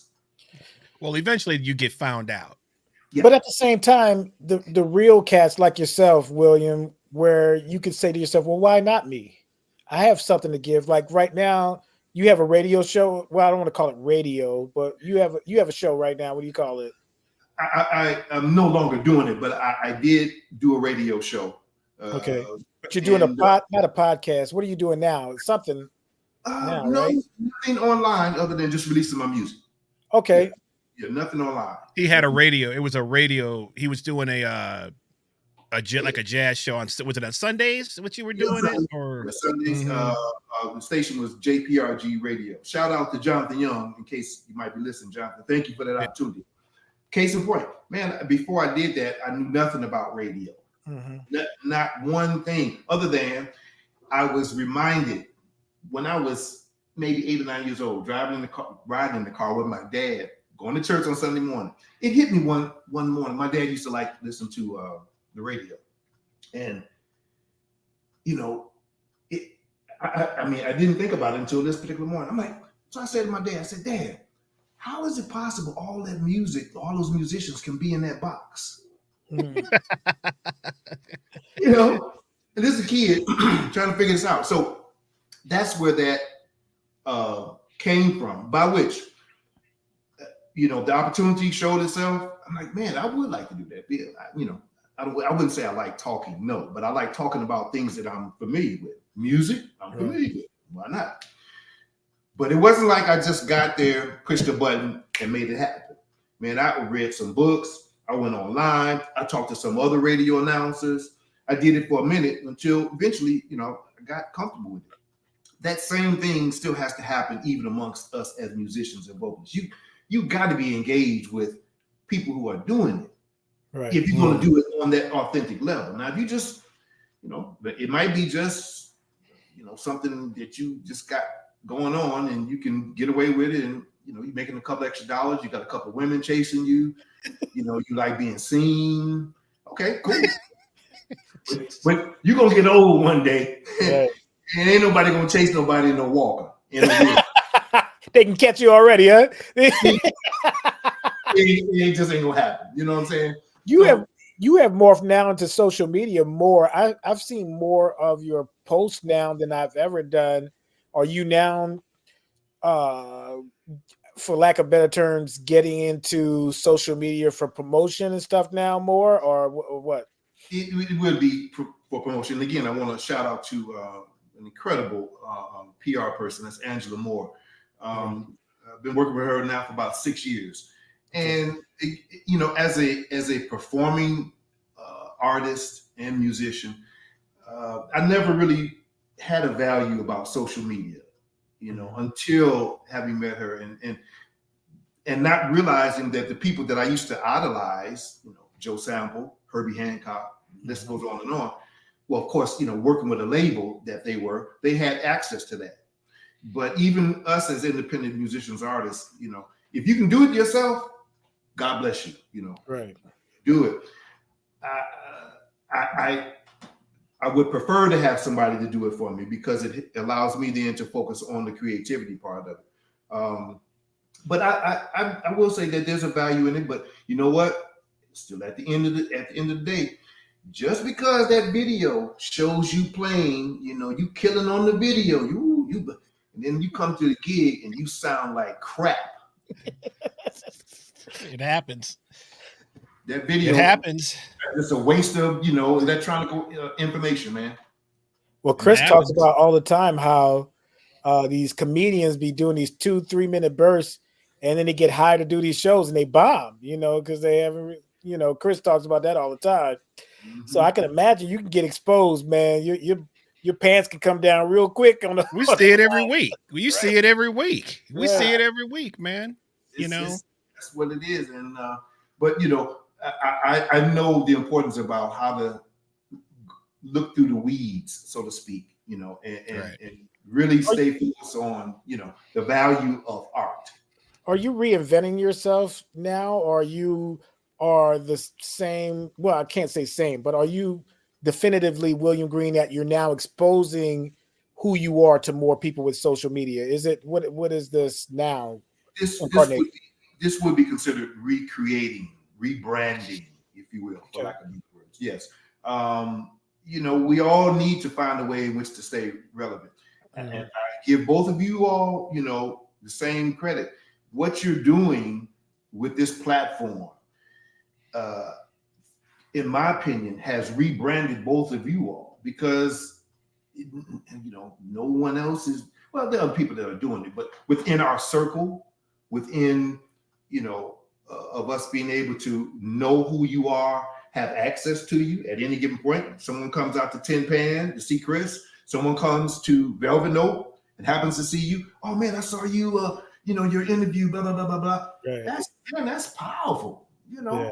And how that then allows you to pull that person or that fan base into your musical setting, and boom, hey, check out my new record. Boom. Right. I just got through playing with so and so and so and so. Did this tour, blah blah blah blah blah. All of that. Yeah, man, it's just so well needed and valuable. So yes, I am recreating and rebranding myself. And I apologize. I was supposed to send you some music too, so I'm gonna send you that. Do you still have a CD player, or do you want me to just send you some links to the music? What do you want? It's interesting you asking me that, because that brings a good question to both of you all. So, is it wrong to say that people do not play CDs? No.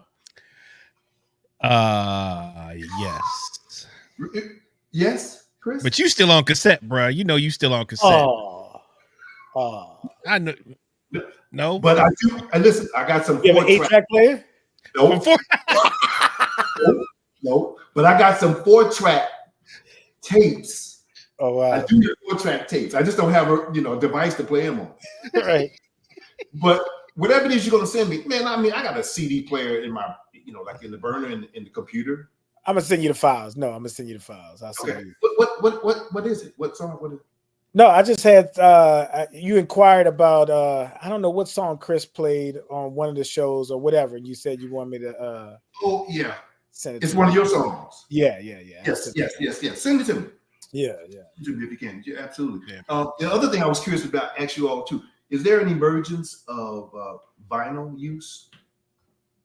Yeah. Really? Yeah. Absolutely. People are, is it more in the European market or here in the States or both? Nah, here in the States, man. It's we started, me and my wife started recollecting vinyl, and we go through spurts about it. There's record stores, there's I have but there's a students big vinyl. audiophile community, man. Huge. Reason why I asked the question is, and if it's okay to make this plug, I'm going to do a performance on Friday, April the 26th, at this venue called JB's Record Lounge. Oh man, I follow that cat over in West End, right? Is he over in West End? Yeah. Nice place. Actually, it's kind of similar to Moods Music. Mm-hmm. Right. Mm-hmm. Same kind of vibe, but it just made me think about that question as I was. What's the name of the place, Will? The letter J as in Jack, the letter B as in boy, apostrophe S, JB's Record Lounge. And that's Friday, April the 26th. It's a 7:00 show. Going to do a celebration of the new single that actually was released yesterday on radio, which is called Watch Your Step.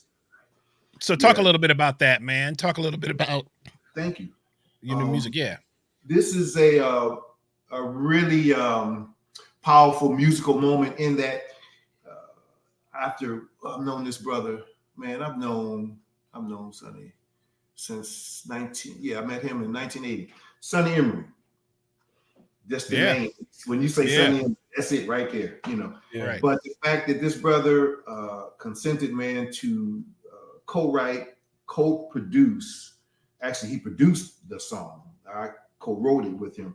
It's a blessing in and of itself. To have his name, his brand associated with this record is just great. But it was released on yesterday radio. And shout out to Goroff, the Goroff music franchise. They're doing the marketing, the radio campaign. And I'm really excited about it. What's the name of the single? It's called Watch Your Step. Yeah, Watch Your Step.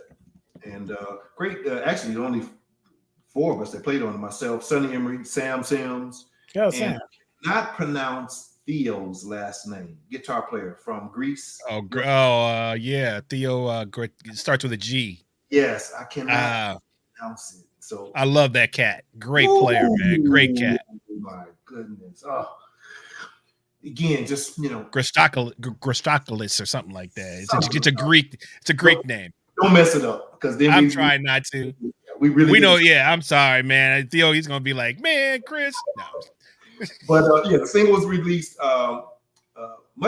yesterday. And Nice. so I'm really excited about that, and looking forward to the release of the actual CD, which I'm hoping is going to be out the end of June, maybe the first week of July. This will be my sixth CD, all of which are independent and Nice. financed by yours truly. Yeah. Give us the name of your CDs so I can put them in. So You give me 3 seconds, I'm gonna do one better. Okay, you can pull them up. Bam. All right, here we go. Thanks for the platform. Yeah, just show him because he can't type that fast, bro. Yeah. We be here all night. This is my first CD, Magic Dream. All right, I remember Magic Dream. Mm-hmm. Great music there.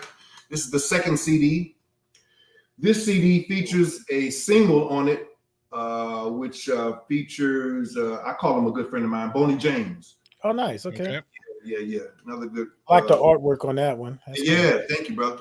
This is the third one, Music for Life. Oh, cool. Yeah, Music for Life. This is the fourth one. I don't know if you guys ever met or heard of the brother named Mudbone, Aaron Turner. Aaron Turner, yeah. Turner. This song was written by him. Oh, wow. Okay. Obviously before his life. R.I.P. Yeah. Fast. Yeah. Great, great music on here. And this is the current CD that's out now. Ooh, look at that. Okay. Does that look like me? That is cool. It's a Yellow Submarine vibe. The Beatles, Yellow Submarine. I love it. All my music though is available on all of your music platforms: Spotify, iTunes, Amazon, blah blah blah blah blah blah blah. And you can also purchase my music at my site, which is williamgreenmusic.net. Williamgreenmusic.net. Our brother Bruce Pulver just put a link up for you, man, for your thank you, Bruce. For your song, man. And let me say to all the friends and fans that are listening, man, I would really appreciate you all going. I should have had the link, but I'll get it to you guys. If there's a link where you can go to Spotify.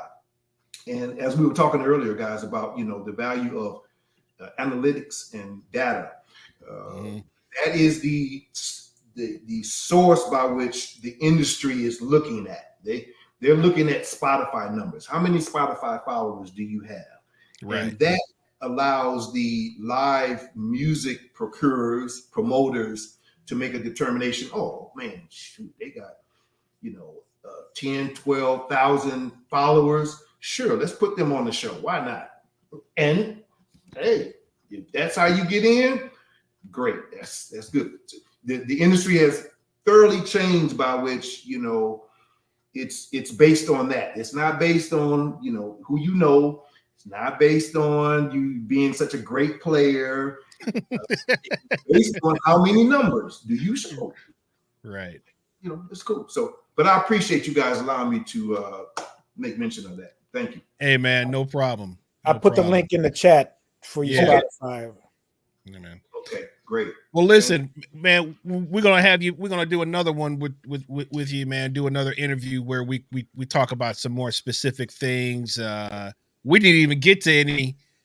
I wanted to talk about influences. I want to talk about Ramsey Lewis. I wanted to talk about a whole bunch of different stuff, man. But we had an hour and 45 minutes. It goes fast, bro. But you know what? Let me tell you something. I've done numerous interviews with a lot of different, people on social media. And in most cases, after about 15, 20 minutes, I'm feeling like, this ain't really, it's okay, but it ain't really. This tonight, brothers, was all of that. Appreciate it, bro. All of that. I just want to commend you again for following the universal vibration that led you to this. It's not by chance. It ain't some coincidence. You're not just stumbling on something. You're activating an act of faith. That's really what it is. It's an act of faith, and you're doing it selfishly. Nobody's handing out a check right now. Not yet. Right. Not yet. Right. And the thing about it is, I know that's not your main reason for doing it. It's not about the money, your passion. So keep William, at it. isn't it good to see Chris as a straight man in this thing? You know what I'm saying? This brother usually doing so many comedic things on the gig and all that kind of stuff, bro. So I told Chris, I don't know if you remember. I think this was early on when I first met him. I said, hey man, you need 5 minutes at the comedy club. I just try to keep people. I try to keep people loose, man. You know, You do it well, brother. I try to keep people. I just try to keep everybody This is my loose. guy right here. This is my guy, Al Burroughs. Oh, okay. Yeah. What's up, Al? Everybody, Sticky Beats. We're Okay. about to change the musical landscape between his brand and my brand. That brother right there. Okay. Beautiful. Cool, Yeah. man. Brother, I'm looking forward to chopping it up some more, man, for sure. Yeah, man. You got, because I mean, we didn't even get to need keyboard. Oh man, Y'all didn't. I mean, so we got a lot more to do, man. So we will we'll hit you up again, dude, and we'll do it again. Anytime. Both of y'all know where you can find me, man. So I'm here for you. Yes, sir. Okay. All right, brother. Okay. Thank you all. All right, brother. Peace. See you later, Will. Peace. man, that was cool, man. We haven't even scratched the surface. You're right, though, bro. I really wanted to talk about, get you guys talking about Ramsey Lewis and yeah, Bobby Lyle, and talk about the contemporary versus the smooth, and yeah. But when we got into the church thing, man, I was like, we here. We might as well just stay here and go for it.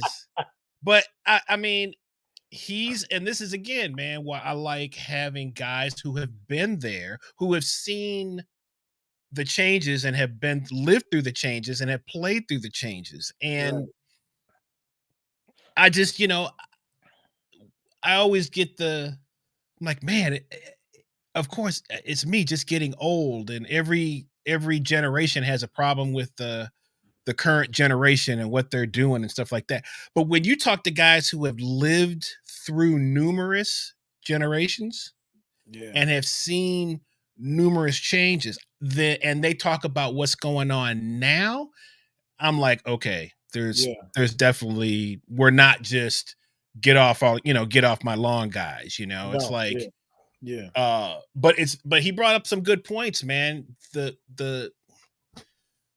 When the music is so loud and no one plays with dynamics, it's almost, man, dude, I'm telling you, I've been in situations just as a drummer where it's like almost, I feel like I'm not playing enough, right? Like you get into before we started playing at the church in Riverdale, right? Mm-hmm. I was subbing at various churches, just subbing. So, and a couple of the churches, I was like, man, I thought I was playing great. I was playing the groove, whatever. Right. They looking at me like, that's all you got? Spice it up. I'm like, first of all, it's 7:30 in the morning. Unlike probably the regular cat, I can't even remember what church it was, but I'm probably pretty sure whoever the regular drummer was, that's what they do. That's all they do is church. So I'm like, man, I just got off a gig the night before where I'm like not trying to come in here like with pyrotechnics. But do you feel like, I'm gonna ask you this question. So I think it's almost it's an epidemic, right? We've talked about that, but what you feed people is kind of what they get used to eating, right? If that's kind of all they know, they're just going to kind of get used to that. And then boom, it's just like we talk about fast food versus, a chef prepared organic meal, Unfortunately, today most people probably want the fast food because they don't want to have to wait around. Yeah. Oh, I gotta wait for this food to be. How long I gotta wait? I see it with my little niece and nephew. Sometimes we try to introduce them to making their own pizza, like we do homemade pizza or something like that. We put it in. They're like, how long do we have? Everything is like on a clock. You Right. know, I've noticed it with myself. I don't know if you have too. It's like you Oh, just yeah. get on this clock. Everything is on a clock. And it's like, man, I got to get away from that. You Yeah. know, let's get back to having some patience. And because great things happen, but it takes time for great things to happen. It doesn't happen overnight. Sorry, what were you Well, I gonna say? mean, shout out to IKEA. I've been to IKEA, but there's no real craftsmanship with IKEA furniture, right? Like, True. I'm sure that a furniture maker's like, man, I know how to work a ladle and do all these kind of things, and this this is not what I really call furniture. When I used to work for a moving company, the hardest things to move was the stuff that was made with the particle board, the cheaper stuff, because it Mm, wouldn't ride. We'd have to try to wrap it up separately, make sure that, but the quality stuff would hold. Most of the antique mm, stuff that was heavy and strong, it'd make right, it through a move. But I right, remember most people don't think about it, but a moving truck, you better have a toolbox because invariably with this cheaper furniture, it's hard to move. You got to fix things. You got to get some screws, whatever. I hate to, burst the moving company industry, but that's what happens. And I feel it's the same thing with music as well. The consumption of it is nobody wants to be seen as being just a part of the band. It's like everybody got to be a star kind of thing. right, So right, you don't have role players anymore. We see it in sports. It's like everybody can't be the flashy running back. right. Everybody can't be, but AJ Green for the Lakers, Dennis Rodman, they were known for getting rebounds, and that's all they had to do. Nowadays with analytics, it's like, well, I need somebody who's going to create points, but you don't see what they're doing with the rebound, getting possessions, extra possessions. But why was that? Why is UConn dominating now? Dude, Because they play UConn defense and their first. and wait, and their offensive sets are for everybody to score. They take advantage. It's not one-on-one basketball. They Right. take advantage of wherever the mismatch is and constantly rotating where that ball is coming from. So you Dude, got to win with that system for another 20 years. with the 7'4" dude from Purdue, they out rebounded Purdue by 19 rebounds, They bro. schemed him. If you looked at the defensive set, they had a big monster on their team too. They do, but he wasn't I mean, he played okay, but But it wasn't about productivity points wise for him. right. It was let me try to get him out of the spot. Let me do this. Let's show him different looks and stuff like that. And a person like that is not going to blow up on social media. Most people who are not basketball players will not know that cat was valuable for what he did. Really, I mean, look, UConn has phenomenal players. Everybody's 6'5". They got 6'5" guard, but that's the thing. They have a system that they play to. They know the type of players that they recruit, Right. but you can't pick out one guy on their team Cannot. and say, You "Oh, he's a star." You look at him, you go, "Okay, this guy's got NBA talent. This guy's got NBA." Of course, they have NBA bodies, but it's not that same kind of like star-driven Oh yeah, type of program. I'm a basketball head, and Right. all I could tell you is that number 5 was playing great defense. I just know his number. I don't even know his name. I got to look him Right. up. But you're Right. exactly right. But I think in music, everybody wants to be a superstar anymore. And that's what I think has changed the game. Right. Is, we're gonna do we're gonna do an interview with our a great friend Jez Graham, and we're gonna break it up into individual parts. And one of the parts that I'm gonna do with Jez is he and I are both fans of this show that was televised in the 70s called The Midnight Special. A lot of those shows are now being, rebroad, or they have a YouTube channel. So I watched like a bunch of the one from 1973. Tyrone, when I tell you, and it was all different kinds of bands, dude. It would be there would be stuff you'd be like, I cannot believe that this is following Al Green, or I can't believe this is following such and such. It was rock, country, acoustic, funk, everybody together. Right. And regardless of if you liked the music or not, the one thing that you could say is, man, that's a great band. Like Right. all the drummers, like everybody was a part of a team. Right. That's what now everything is it's Individual. about and you see it on social media.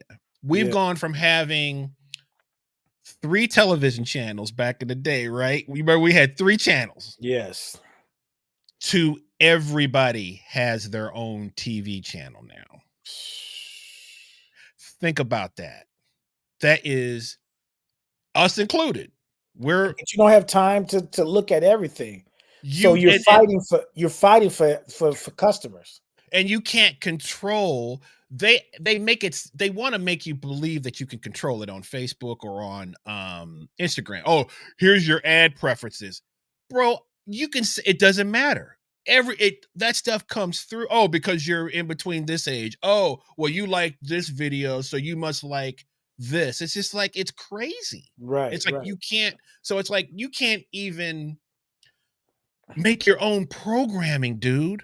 You got to take what they give you. That is Dude, crazy, man. I don't need Viagra or Cialis, but I be getting the ads for it. You know, I don't need it, bro. I'm good.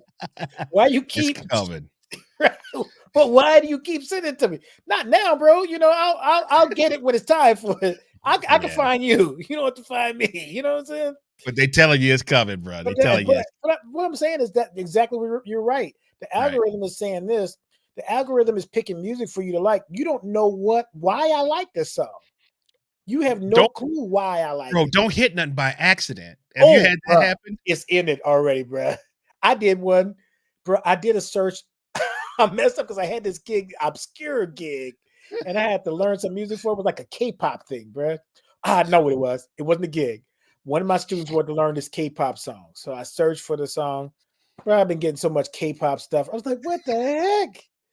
That one search, I'm like, I don't like K-pop, so now I got to It balance is it out. I got to look up a bunch of weird. my stuff It's to bizarre, balance it man. out. You can't stop it, dude. It's like I try to get my it's like it doesn't make any difference. Like Right. you know, and it's like, and what's sad is that there is some stuff that maybe you want to check, especially for bands or musicians that maybe run a sponsored ad and they're good, and you're like, oh man, Right. let me go check. But then if you check that out, here come a million other ones that have nothing to do with that you have to like that are just going to be all in your feed. It's crazy, man. Chris, It's you know really what? crazy. You just reminded me of something just by mentioning like the Final Four. It gives me hope for musicians, and I'll tell you why. Okay. The Steph Curry age of playing basketball, where everybody's just shooting these threes. I knew it was bound to happen, but do you the 3 of the teams in the Final Four featured big men? Like we're coming Yes. back to big men and their Right. prowess and being able to control the paint. And so Right. that gave me promise with music because all this stuff about chops and heroic, I call it heroic music, where you want to do the Marvel comics of music, you know what I'm saying? Mhm. It maybe it's going to come back to groove and pocket and role players and serving the music. So if that trend is happening in basketball, maybe it's going to happen in music as well, you know? I mean, one can hope, man. I mean, at this point, you kind of have to make your own reality, right? Right, Like, right. but I'm still just of the mind that if the public was fed something different, they would like something different. But that's just not what what's moving the numbers right now. I mean, Will was right, man. When you talk about getting booked or getting this or getting that, it's like, well, what are your Spotify numbers? How many followers do you have on this? How many doesn't matter how good you are. And the thing is that people can skew that. They can buy followers. There's a million things you can do. There's people. I mean, Mancini was on. Remember when he was in the chat several weeks ago talking about how you can you can set up a profile and people will buy those profiles set up because they have a bunch of followers already, and then you can just slip. It's just it's ridiculous. So that's not even accurate a lot of times. But like you said, time and time, does it need to be? Like No. Yeah, we need to do a It show doesn't. about. Well, I think we talked about tiers and levels of musician. You're like, well, is that even relevant now to be a tier 1 musician? Nope, not Just like, really. do you need to have a tier 1 hamburger now? Right? It's Nope. like, would you go to a hamburger place to wait for a really nice crafted hamburger? Like you said, no. Do you want to be in Mm, and out? Pardon the pun for another restaurant, but but In-N-Out is good though. right. But I will say that. yeah, but is the quality of things have gone down for the expediency and the need for commodity that I need to get consumption. I need Mhm, to get this thing done mhm. quickly. I'm going to Right. throw that out the window. My grandmother used to say we didn't have sliced bread. You'd have to make a loaf of bread and slice it up yourself. It's just like it's nothing like getting a freshly sliced bread. I'm like, what? What? Or an egg from a chicken that was in the yard, whatever. I'm like, Right. I have no Right. concept of that, Chris, because I grew up in your eggs come from the supermarket when they're refrigerated. It wasn't fresh. So that's what I dare Right. say if you even take a real egg now, you might not even like it. Right. Think about that. Music. If you Right. listen to real music, Motown, and not I won't say real music, but if you listen to music that had a groove and stuff, you might not even like it. So a funny story is friend of mine. Well, actually, it was Tom. It was actually Tom was talking about Mhm. a guy that used to play in Mike's band. Used to play bass, Tommy Vickery. Right. The Raphael Sadiq record had just come out. So this is Mhm. this number of years ago. You remember when he did that kind of like ode to like the '60s, Yeah. and so the music was very reminiscent of like Sam Cooke and Jackie Wilson and Mhm. of that era. Credible record. And so I think Tommy took it to his he was gonna play it for his kids. And he was like, he's like, yeah, I think they would like this. This is something that they would like. Puts it on, man, and they're like, this is horrible. This is horrible. I don't know if they said horrible, but they didn't Right, like it, right? And he right. goes, well, why don't you like it? And he goes because they're singing on it. Ooh. So check that out. Ooh. That is crazy. Check that out. Think about that for a second. Yes. I'll split your wig thinking about that. Think about that. So, you know, and I threw it out there. You kind of, I threw it out there by hip hop. I know I'm about to get blackballed because I'm about to go in hard on this theory. Right. And, you know, and I was the first one to try to run and find Sugar Hill Gang Rapper's Delight when it came out. I thought it was the Right, greatest right, thing I had ever heard. right. But when I started hearing that other stuff in the late '90s or late '80s, in the early '90s, I was like, what? The I just 90s, the 90s was the golden age of hip hop. So yeah, well, okay, but you also got to think about what started happening to music at that time. oh well, when it was being controlled, yes. Yeah, But when what you I'm started saying is what started to become more popular rather videos. than well, I mean the videos had something to do with it, but I guess what I'm talking about is um, you know, because really it started with really, I guess what you would call gangster rap. Well, Gangster rap. that's because of selectivity of record produce. So But what I'm saying is though, again, what you but feed the public is what they are going to that's what eat. I'm trying to tell And you. when right. The record companies Oh wasn't yeah. worried about black consciousness. I'm not even but that's what I'm saying take the you got to take the cultural thing. I'm talking it's strictly music, brother. Take the culture, take But all that out. you said gangster rap, so I spoke to I'm that. saying It that could was be what was anything. Yeah. that was the beginning of the commercial, let's just say the commercialization of that music But it's also but changed. it's is also them controlling. Think about alternative rock was really depressive music. It wasn't happy music. R&B.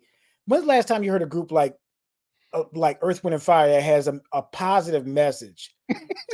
Do you Well, remember? You don't have that anymore, bro. you killing me. Okay, so that's Everything not what I'm. is sad now, bro. That's Everything is not what so sad and depressive. we're gonna have to. Okay, so let's When was the last because time you heard a happy song? I mean, just tell the truth. I'm with you. I'm with you 100%. I mean, Pharrell, anything positive. I and mean, other I'm than happy. I That's think it. Taylor Swift has some positive, some Yeah, positivity in well, her music, yeah. but But you're not listening to Taylor Swift like that. Look, Taylor Swift no.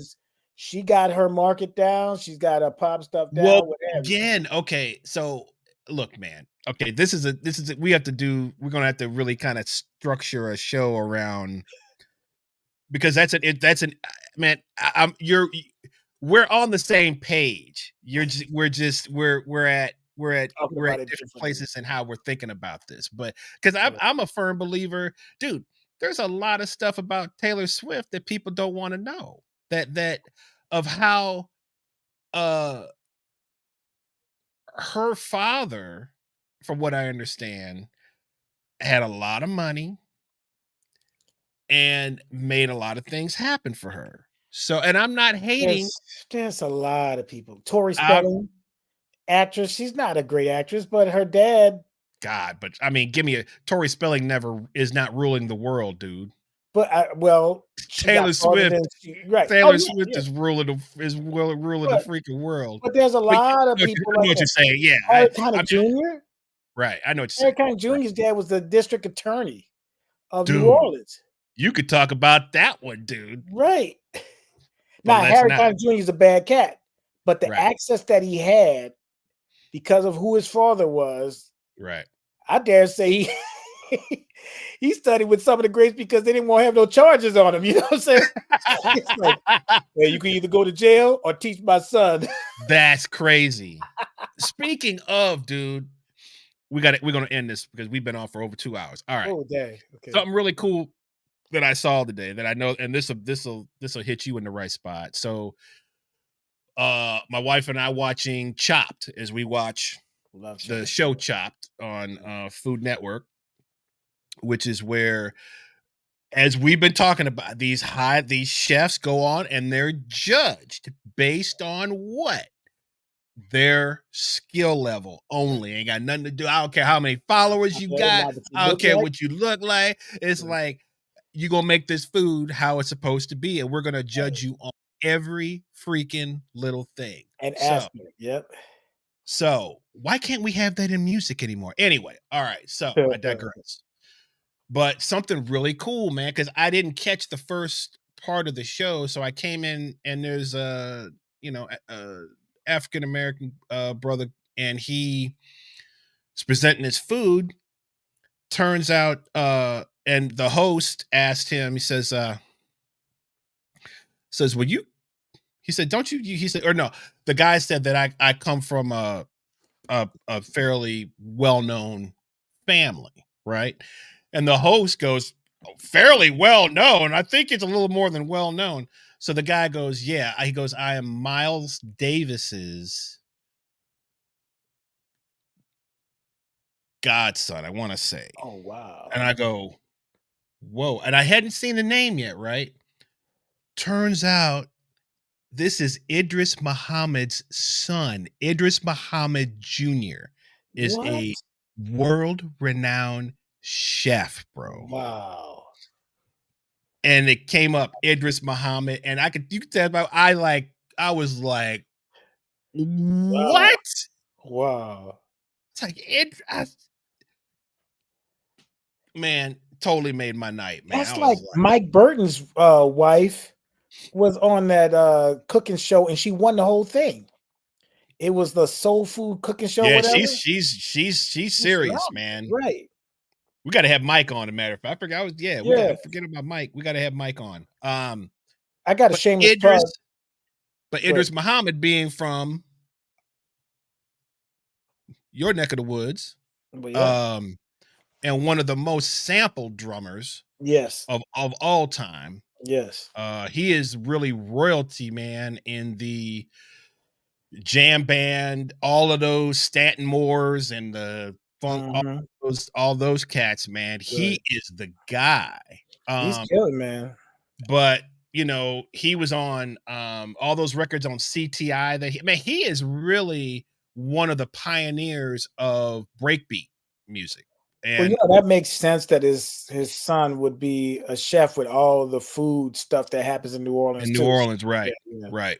I was like, Idris Muhammad. I was like, That was wow, crazy. When you said that that, was it's like, super wow. crazy, super crazy. So that really left me in high spirits, man, for tonight. But all right, y'all, we're gonna call it. We Hey, have I been got on for we got a show coming up. I'm trying to help promote the great oh Pat yes, the Fat Bianchi. Bianchi, yeah. Yeah, yeah. Mm-hmm. We And have we'll a talk master more about class that. That's coming up. April 20th for the master class, April 21st on a Sunday in Roswell. So let me see here. Yeah, so it's So 2 to not the 4 following week, but the week the week after. the Well, Sunday after. It yeah, is the it Sunday is after. next Yeah, week. yeah. Not this So weekend, but next weekend. Yeah. so for organ, yeah, if you're a Hammond B3 organ enthusiast, because Pat is one of there's not many of those cats left, man. No, he's When you taking really over the think mantle about of it, Joey D. He's taking the mantle from passing down to Joey D, where he's that type of player. You know. I'm trying to think of, I mean, there's only in terms of jazz organ, I mean, there's obviously Larry Goldings, there's um what's my man's name? Uh, Jared Gold, there's but in terms of really carrying on that tradition, uh it's I mean, I'm who else is really playing organ, man? Not like that. I know No. I'm missing somebody, but I'm Yeah. just thinking of in terms of jazz organ, that are kind of big out there that but he's one of the few Yeah. left. And Yeah. I'm fortunate enough that I am on the gig with him that master class the Saturday and Sunday, well the Sunday for sure. The master class we're still trying to figure. I think I'm on that as well, but Yeah. You're on it. You're on it. but we have a gig that day, remember? Yeah. So we You still just doing got the to kind first of hour. right. Okay, that's right. Yeah. The And second hour. that'll be up at Kennesaw. Yeah. Kennesaw, 2 o'clock to 4 o'clock. Yeah. And then where can they get tickets for that? The master class is free at Kennesaw. Right. The show for Pat Bianchi at Roswell Mimosa Hall is at 7:30, I believe, and you can get tickets online there. I should have let me see if I can scrounge up and get the flyer and I can put it up there. But yeah, that would definitely be here we go. I don't know how to drag this in, bro. Hit present, Present. Okay, let's see. Let me pull it then up for share you. screen. Okay, cool. Let me get this out the way. Sorry. Okay. Present. Mm-hmm. Thank you. Share screen. Okay. And then I just let's see window. Here we go. Okay, cool. There you go.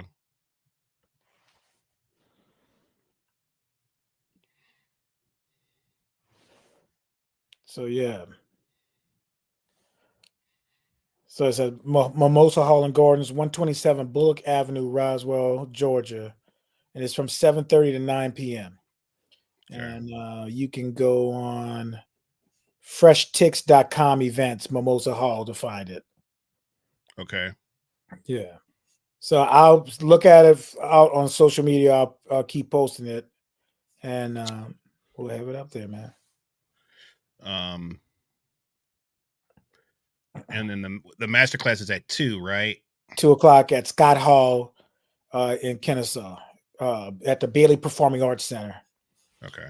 I'll put that in the chat.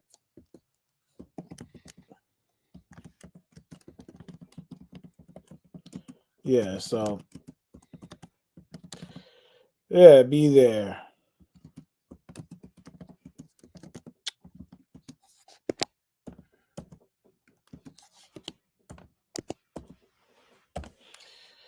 It's gonna be on 420. That's a date for some of y'all people who It's a date for everybody now. right. Riding down the highway. Right. So Well, man, it's been a good show. Are you at tomorrow night? Where are you at? Are you at tomorrow night I'm with the Mike Field Band over at 10 Roof, start at 8:30. And then on Thursday, I'll be playing with Paul Fisher at the Distillery of Modern Art over when's in that? Thursday, you Champaign. said? Yes, 7 to 10. Dang. I wonder if I can get out there. I got an adjudication at a high school jazz festival at basically all day, but I'm going to pass y'all up coming home. So hopefully I Okay. can catch y'all. And we were talking about great music and just ideas of bands and I like to scour the internet or social media, YouTube, for my idols and just hear what they say about stuff. So I came across this little, I'm gonna leave you with this little 1-minute video of Nile Rodgers, who was the architect of Chic, amongst other things. And but he was talking about the Chic sound and how they thought about the sound, and I just found it really interesting what he said about how they sort of crafted their music. So check this out. Okay.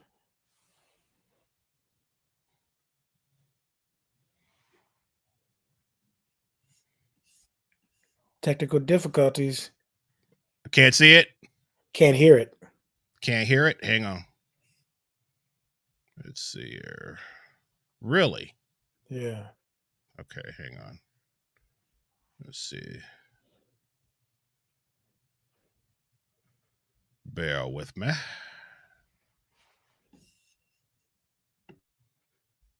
That's weird.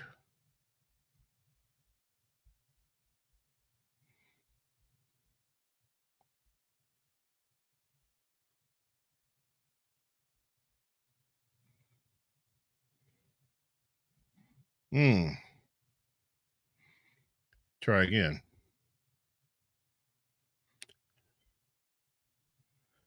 To share audio, share a tab instead. Oh, so let's see. Oh, I see. So I would have to pull. Okay. Well, we tried that. I'll have to work on that because what he was saying was really interesting about the Chic. But evidently, to have audio, you have to share. Let me try this one more time.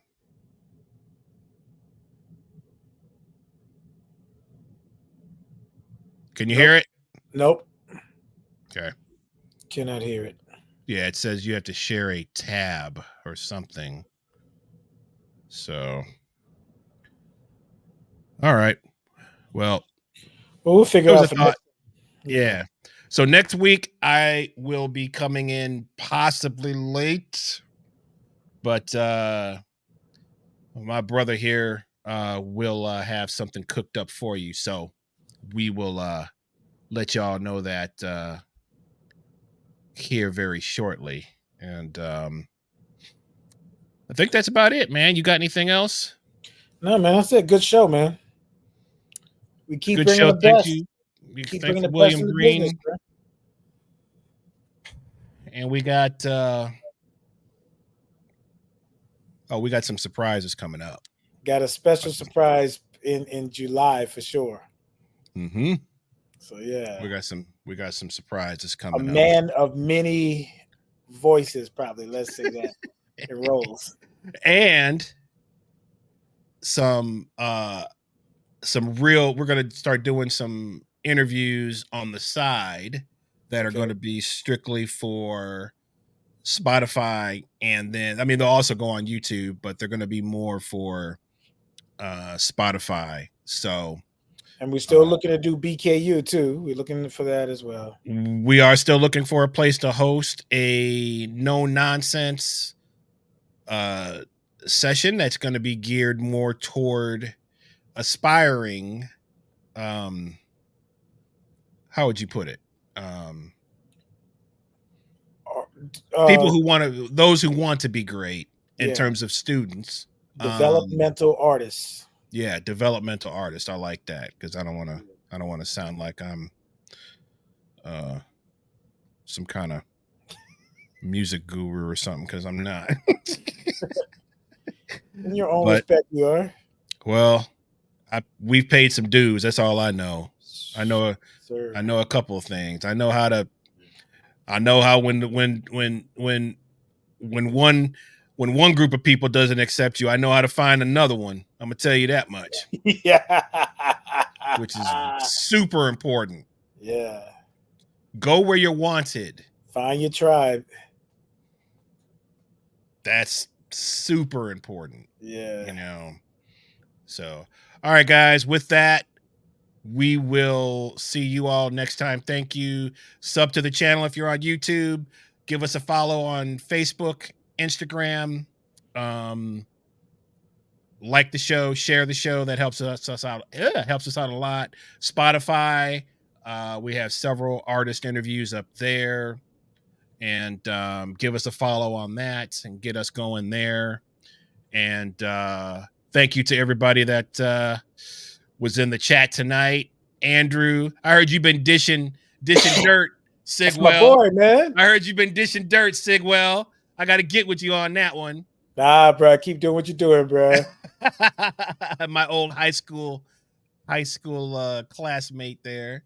Susan, thank you. Brad, Kari, what's going on, brother? Andrew Black, Otis, Kofi Maoko, what's going on, man? Seeing you in a minute. Yeah. Bruce.